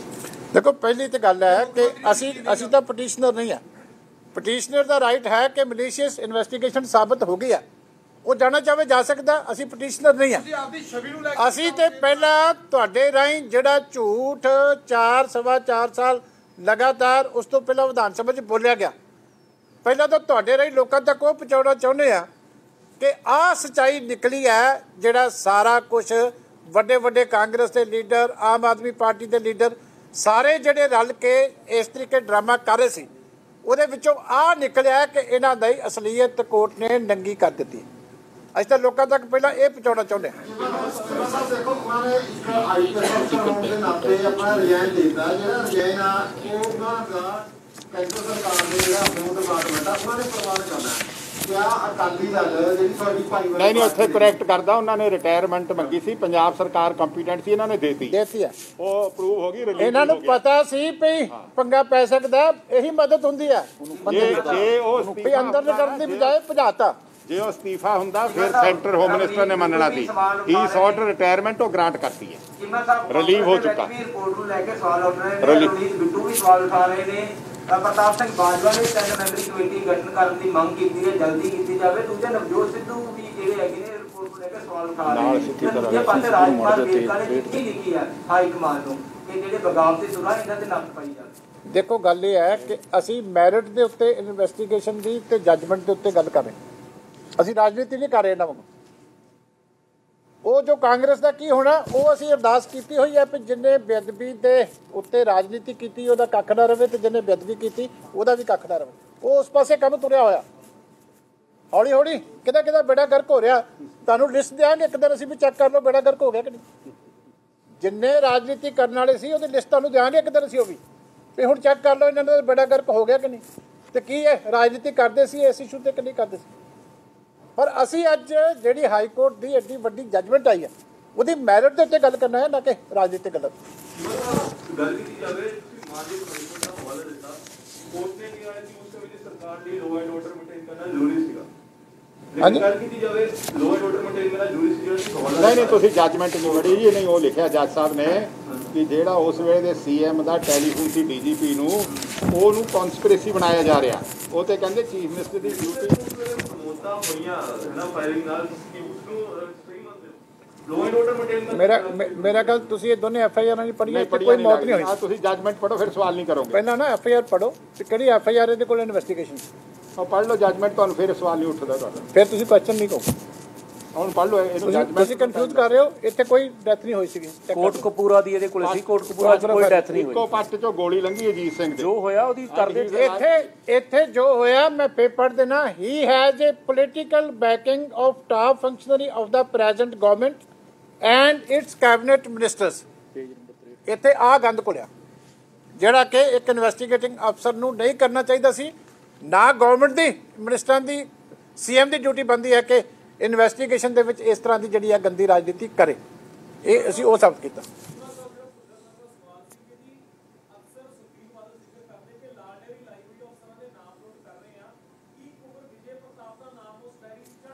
ਯਾਰ ਆ ਬਹੁਤ ਵੱਡੀ ਡਾਇਰੀ ਹੈ ਹਾਈ ਕੋਰਟ ਦੀ, ਇਹਦੇ 'ਚ ਨਾਂ ਚੜ ਗਿਆ। ਵਾਲੀ ਡਾਇਰੀ ਤਾਂ ਮਿਟ ਸਕਦਾ, ਹਾਈ ਕੋਰਟ ਆ ਤਾਂ ਪਰਮਾਨੈਂਟ ਰਿਕਾਰਡ ਬਣ ਗਿਆ ਹੁਣ ਹਾਈ ਕੋਰਟ ਦਾ। ਇਹ ਤਾਂ 100 ਸਾਲ ਬਾਅਦ ਵੀ ਸਰਟੀਫਾਈਡ ਕਾਪੀ ਲੈ ਲੂ ਕੋਈ। ਹੁਣ ਇਹ ਤੋਂ ਉੱਤੇ ਕੀ ਹੁੰਦਾ, ਉਹ ਤਾਂ ਸਾਡੀਆਂ ਲਾਲ ਡਾਇਰੀਆਂ, ਇਹ ਤਾਂ ਹੁਣ ਹਾਈ ਕੋਰਟ ਦੀ ਲਾਲ ਡਾਇਰੀ 'ਤੇ ਲੱਗ ਗਿਆ ਕੰਮ।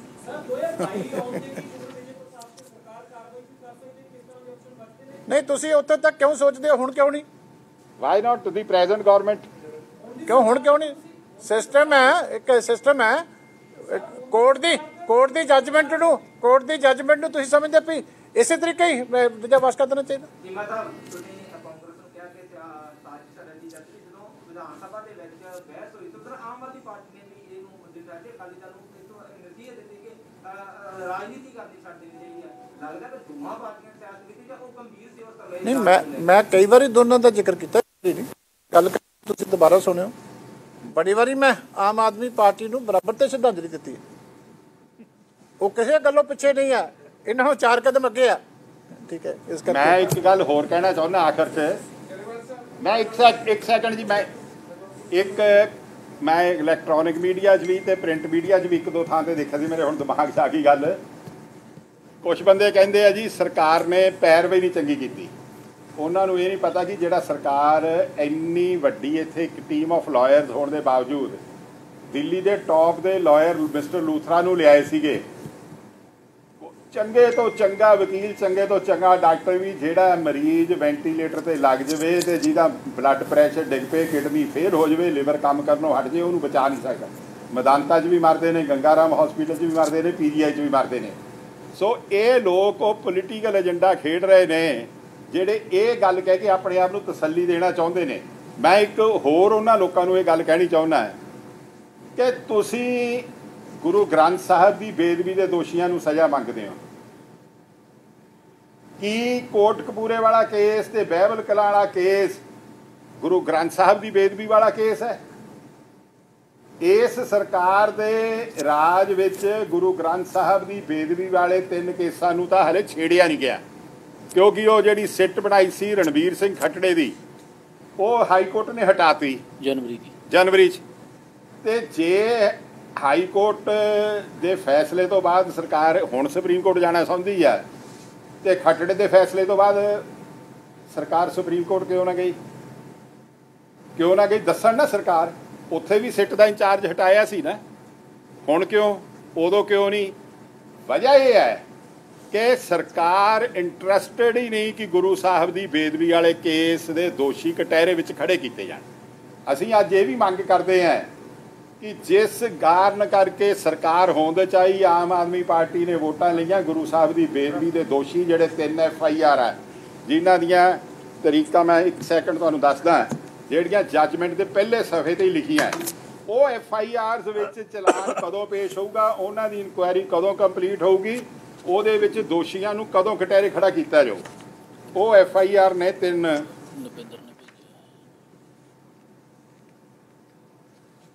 ਇਹ FIR ਹੈ ਜੀ, FIR number 63 26/2015 police station Bajakhana, FIR number 117 dated 25/9/2015 police station Bajakhana, FIR number 128 dated 12/10/2015 police station Bajakhana.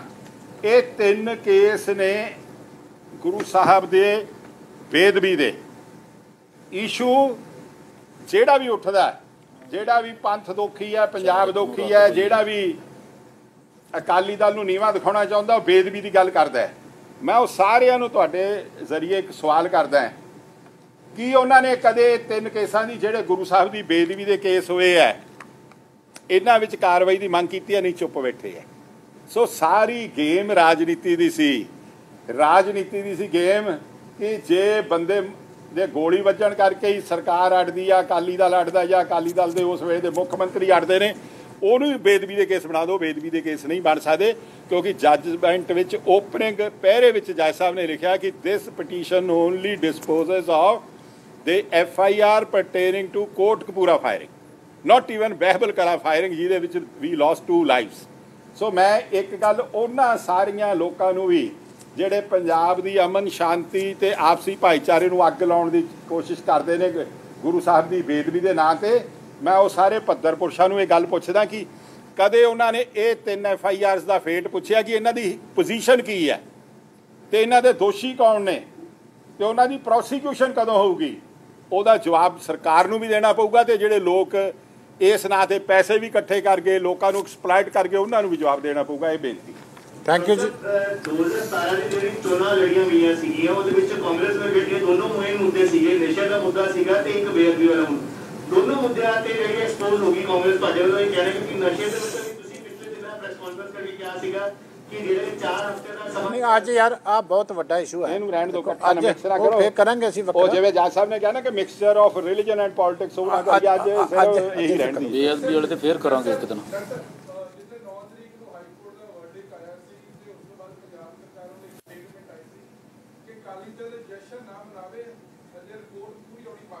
ਮੇਰੇ ਓਪਨਿੰਗ ਵਰਡ ਤੁਸੀਂ ਮੇਰੇ ਜਦੋਂ ਸਟਾਰਟ ਕੀਤੀ ਹੈ, ਮੈਂ ਵੀ ਗਰੇਵਾਲ ਸਾਹਿਬ ਨੇ ਤੁਸੀਂ ਸੁਣੇ ਹੋਣੇ ਧਿਆਨ ਨਾਲ। ਅਸੀਂ ਕਿਹਾ ਸੀ ਕਿ ਬੜੇ ਵੱਡੇ ਦੁੱਖ ਦੀ ਗੱਲ ਹੈ ਕਿ 4.5 ਸਾਲ ਜਿਹੜੇ ਕਿ ਉਸ ਕੰਮ 'ਚ ਲੱਗਣੇ ਚਾਹੀਦੇ ਸੀ, ਜਿਹੜਾ ਗਰੇਵਾਲ ਸਾਹਿਬ ਨੇ ਹੁਣੇ ਜ਼ਿਕਰ ਕੀਤਾ ਕਿ ਉਹਨੂੰ ਗੰਦੀ ਰਾਜਨੀਤੀ ਕਰਨ ਵਾਸਤੇ ਜਿਹੜੇ ਵੇਸਟ ਕੀਤੇ ਗਏ। ਇਹ ਖੁਸ਼ੀ ਹੈ ਕਿ ਅਫਸੋਸ ਹੈ? ਤੁਸੀਂ ਦੁਬਾਰਾ, ਤੁਹਾਡੇ ਕੋਲ ਰਿਕਾਰਡਡ ਹੈ, ਸ਼ਬਦ ਸਾਡੇ ਕੱਢ ਕੇ ਦੇਖਿਓ। ਪਰ ਇਹ ਇੰਨੀ ਜੇ ਘਟੀਆ ਕੰਮ ਹੋਇਆ, ਅਦਾਲਤ ਨੂੰ ਇੰਨਾ ਜੇ ਲਿਖਣਾ ਪਿਆ, ਤੇ ਤੁਸੀਂ ਕੀ ਸਮਝਦੇ ਪਏ ਹੁਣ ਜਿਹੜੀਆਂ ਲੋਕਾਂ ਤੱਕ ਪਹੁੰਚਣੇ ਨਹੀਂ ਚਾਹੀਦੇ? ਜਾਂ ਸਰਕਾਰ ਤੋਂ ਅਸਤੀਫਾ ਮੁੱਖ ਮੰਤਰੀ ਤੋਂ ਮੰਗਿਆ ਨਹੀਂ ਜਾਣਾ ਚਾਹੀਦਾ? ਜਾਂ ਕੁੰਵਰ ਵਿਜੇ ਪ੍ਰਤਾਪ ਦੇ ਖਿਲਾਫ ਐਕਸ਼ਨ ਨਹੀਂ ਮੰਗਿਆ ਜਾਣਾ ਚਾਹੀਦਾ? ਇਹ ਜਸ਼ਨ ਹੈ? ਅਸੀਂ ਕਹਿ ਰਹੇ ਕਿ CM ਅਸਤੀਫਾ ਦੇਵੇ। ਅਸੀਂ ਕਹਿ ਰਹੇ ਕਿ ਜਿਹੜੀ ਉਹਨੇ ਕ੍ਰਿਮੀਨਲ ਕੌਂਸਪੀਰੇਸੀ ਸਾਬਤ ਹੋਈ ਆ, ਫੌਜਰੀ ਸਾਬਤ ਹੋਈ ਆ, ਉਹਨੂੰ ਅੰਦਰ ਕਰੋ। ਇਹ ਤਾਂ ਕੋਈ ਗੁਨਾਹ ਨਹੀਂ ਨਾ। ਮੁੱਖ ਮੰਤਰੀ ਤਾਂ ਅੱਜ ਵੀ ਕੁਝ ਹੋਰ ਕਹਿ ਸਕਦਾ, ਉਹ ਤਾਂ ਬੜਾ ਕੁਝ ਕਹਿਣਗੇ ਹਾਲੇ, ਕਿਉਂਕਿ ਹੁਣ ਤਾਂ ਕੁੜਿੱਕੀ 'ਚ ਫਸ ਗਿਆ ਕੰਮ, ਇਸ ਕਰਕੇ ਨਿਕਲਣ ਵਾਸਤੇ ਬੜਾ ਕੁਝ ਕਹਿਣਗੇ। ਪਰ ਸਾਡੀ ਜਿਹੜੀ ਭਾਵਨਾ ਅਸੀਂ ਸਟਾਰਟਿੰਗ ਦੇ ਉੱਤੇ ਹੀ ਜ਼ਾਹਰ ਕੀਤੀ ਹੈ, ਕਿਉਂਕਿ ਇਹ 'ਤੇ ਪਹਿਰਾ ਦੇਣਾ ਹੁਣ ਹਾਈ ਕੋਰਟ ਦੀ ਜੱਜਮੈਂਟ 'ਤੇ ਵੀ ਸਾਡੀ ਡਿਊਟੀ ਹੈ। ਸਾਹਿਬ ਕਿਤੇ ਨਾ ਕਿਤੇ ਤੁਹਾਨੂੰ ਲੱਗਦਾ ਕਿ ਸ਼ਾਇਦ ਤੁਸੀਂ ਵੀ ਉਸ ਚੀਜ਼ ਨੂੰ ਪ੍ਰੋਪਰ ਪ੍ਰੈਜ਼ੈਂਟ ਨਹੀਂ ਕਰ ਸਕੇ ਔਰ ਪੂਰਾ ਦੋਨੇ ਕੇਸ ਉਲਝ ਕੇ ਰਹਿ ਗਏ। ਗੋਲੀ ਕਾਂਡ ਦੀ ਜਾਂਚ ਚੱਲ ਰਹੀ, ਪਰ ਹਮੇਸ਼ਾ ਤੋਂ ਜਦੋਂ ਵੀ ਕੋਈ ਬਿਆਨ ਸਾਹਮਣੇ ਆਇਆ ਤਾਂ ਬੇਅਦਬੀ ਦੇ ਨਾਂ ਤੇ ਆਉਂਦਾ ਸੀ। ਇਹੀ ਤਾਂ ਸਾਰੀ ਸਾਜ਼ਿਸ਼ ਹੀ ਇਹੀ ਸੀ ਜਿਹੜੀ ਗੱਲ ਆ। ਅਸੀਂ ਤਾਂ ਕਰਦੇ ਸੀ ਭਰਾ, ਤੁਸੀਂ ਵੀ ਨਹੀਂ ਸੁਣਦੇ ਸੀ। ਇਹ ਤਾਂ ਹੁਣ ਰਿਟਨ ਆ ਗਿਆ 99 ਸਫ਼ਿਆਂ ਦਾ, ਤੇ ਅਸੀਂ ਪੜ੍ਹ ਕੇ ਸੁਣਾਉਂਦੇ ਪਏ ਹਾਂ। ਆਪਣੇ ਕੋਲ ਤਾਂ ਅਸੀਂ ਹੁਣ ਵੀ ਨਹੀਂ ਕਹਿੰਦੇ ਵੀ ਤੁਸੀਂ ਫੇਰ ਨਹੀਂ ਸੁਣਨੀ। ਇਹ ਤਾਂ ਮੈਂ ਨਹੀਂ ਲਿਖਿਆ, ਜੱਜ ਸਾਹਿਬ ਨੇ ਲਿਖਿਆ ਕਿ ਇਹ ਗੋਲੀ ਕਾਂਡ ਨੇ। ਅਸੀਂ ਤਾਂ ਦੇਖੋ ਕੱਲੀ ਇਹਦੇ ਵਿੱਚ ਬੜੀਆਂ ਇੰਟਰਸਟਿੰਗ ਚੀਜ਼ਾਂ। ਮੈਂ ਸਾਰਿਆਂ ਨੂੰ ਬੇਨਤੀ ਕਰਦਾ, ਬੜੇ ਸਾਡੇ ਇੰਟੈਲੀਜੈਂਟ ਪੱਤਰਕਾਰ ਚੰਡੀਗੜ੍ਹ ਦੇ ਬੈਠੇ ਆ, ਧਿਆਨ ਨਾਲ ਪੜ੍ਹੋ। ਉਹ ਕੱਲਾ ਲੋਕਾਂ ਨੂੰ ਗੁੰਮਰਾਹ ਨਹੀਂ ਕਰੀ ਜਾਂਦਾ ਸੀ ਇਹਨੂੰ ਬੇਅਦਬੀ ਦਾ ਨਾਂ ਦੇ ਕੇ। ਉਹਨੇ ਅਦਾਲਤ ਦੇ ਵਿੱਚ ਵੀ ਲਿਖ ਕੇ ਦੇ ਦਿੱਤਾ ਜਦੋਂ ਜੱਜ ਦੀ ਕੰਪਲੇਂਟ ਕੀਤੀ ਹੈ ਕਿ ਜਿਹੜੀ ਹੈ ਇਸ ਕੇਸ ਦੇ ਵਿੱਚ ਤੇ ਬੇਅਦਬੀ ਦੇ ਬਾਕੀ ਕੇਸਾਂ ਦੇ ਵਿੱਚ ਹਾਈ ਕੋਰਟ ਨੇ ਮੈਂਸ਼ਨ ਕੀਤਾ ਵੀ ਉਹਦੇ ਕੋਲ ਨਾ ਕੋਈ ਕੇਸ ਸੀਗਾ ਤੇ ਉਹ ਸਾਰਾ ਟੋਕਰੇ ਦਾ ਸੌਦਾ ਕਰੀ ਬੈਠਾ। ਉਹ ਕੋਰਟ 'ਚ ਵੀ ਲਿਖ ਕੇ ਦੇ ਕੇ ਆਇਆ ਉੱਥੇ ਫਰੀਦਕੋਟ। ਇਹਦੇ ਵਿੱਚ ਮੈਂਸ਼ਨ ਦਾ ਜੱਜਮੈਂਟ ਦੇ ਵਿੱਚ ਤੁਸੀਂ ਧਿਆਨ ਨਾਲ ਪੜ੍ਹਿਓ ਕਿ ਉੱਥੇ ਵੀ ਜਾ ਕੇ ਲਿਖ ਕੇ ਦੇ ਆਇਆ ਕਿ ਜਿਹੜਾ ਉਹਦੇ ਕੋਲ ਕੇਸ ਵੀ ਨਹੀਂ ਸੀ ਉਹਦਾ ਵੀ ਲਿਖ ਕੇ ਦੇ ਕੇ ਆਇਆ। ਅਦਾਲਤ ਨੂੰ ਵੀ ਦੇ ਆਇਆ ਵੀ ਤੁਸੀਂ ਇਹਦੇ 'ਚ ਕਿਸੇ ਨੂੰ ਐਂਟਰਟੇਨ ਨਹੀਂ ਕਰਨਾ। ਉਹਦਾ ਅਦਾਲਤ ਨੂੰ ਵੀ ਗੁੰਮਰਾਹ ਕਰੀ ਜਾਂਦਾ ਸੀ। E5 ਚੈਨਲ ਪੰਜਾਬੀ ਹੁਣੇ ਸਬਸਕ੍ਰਾਈਬ ਕਰੋ, ਬੈਲ ਆਈਕਨ ਤੇ ਕਲਿੱਕ ਕਰੋ।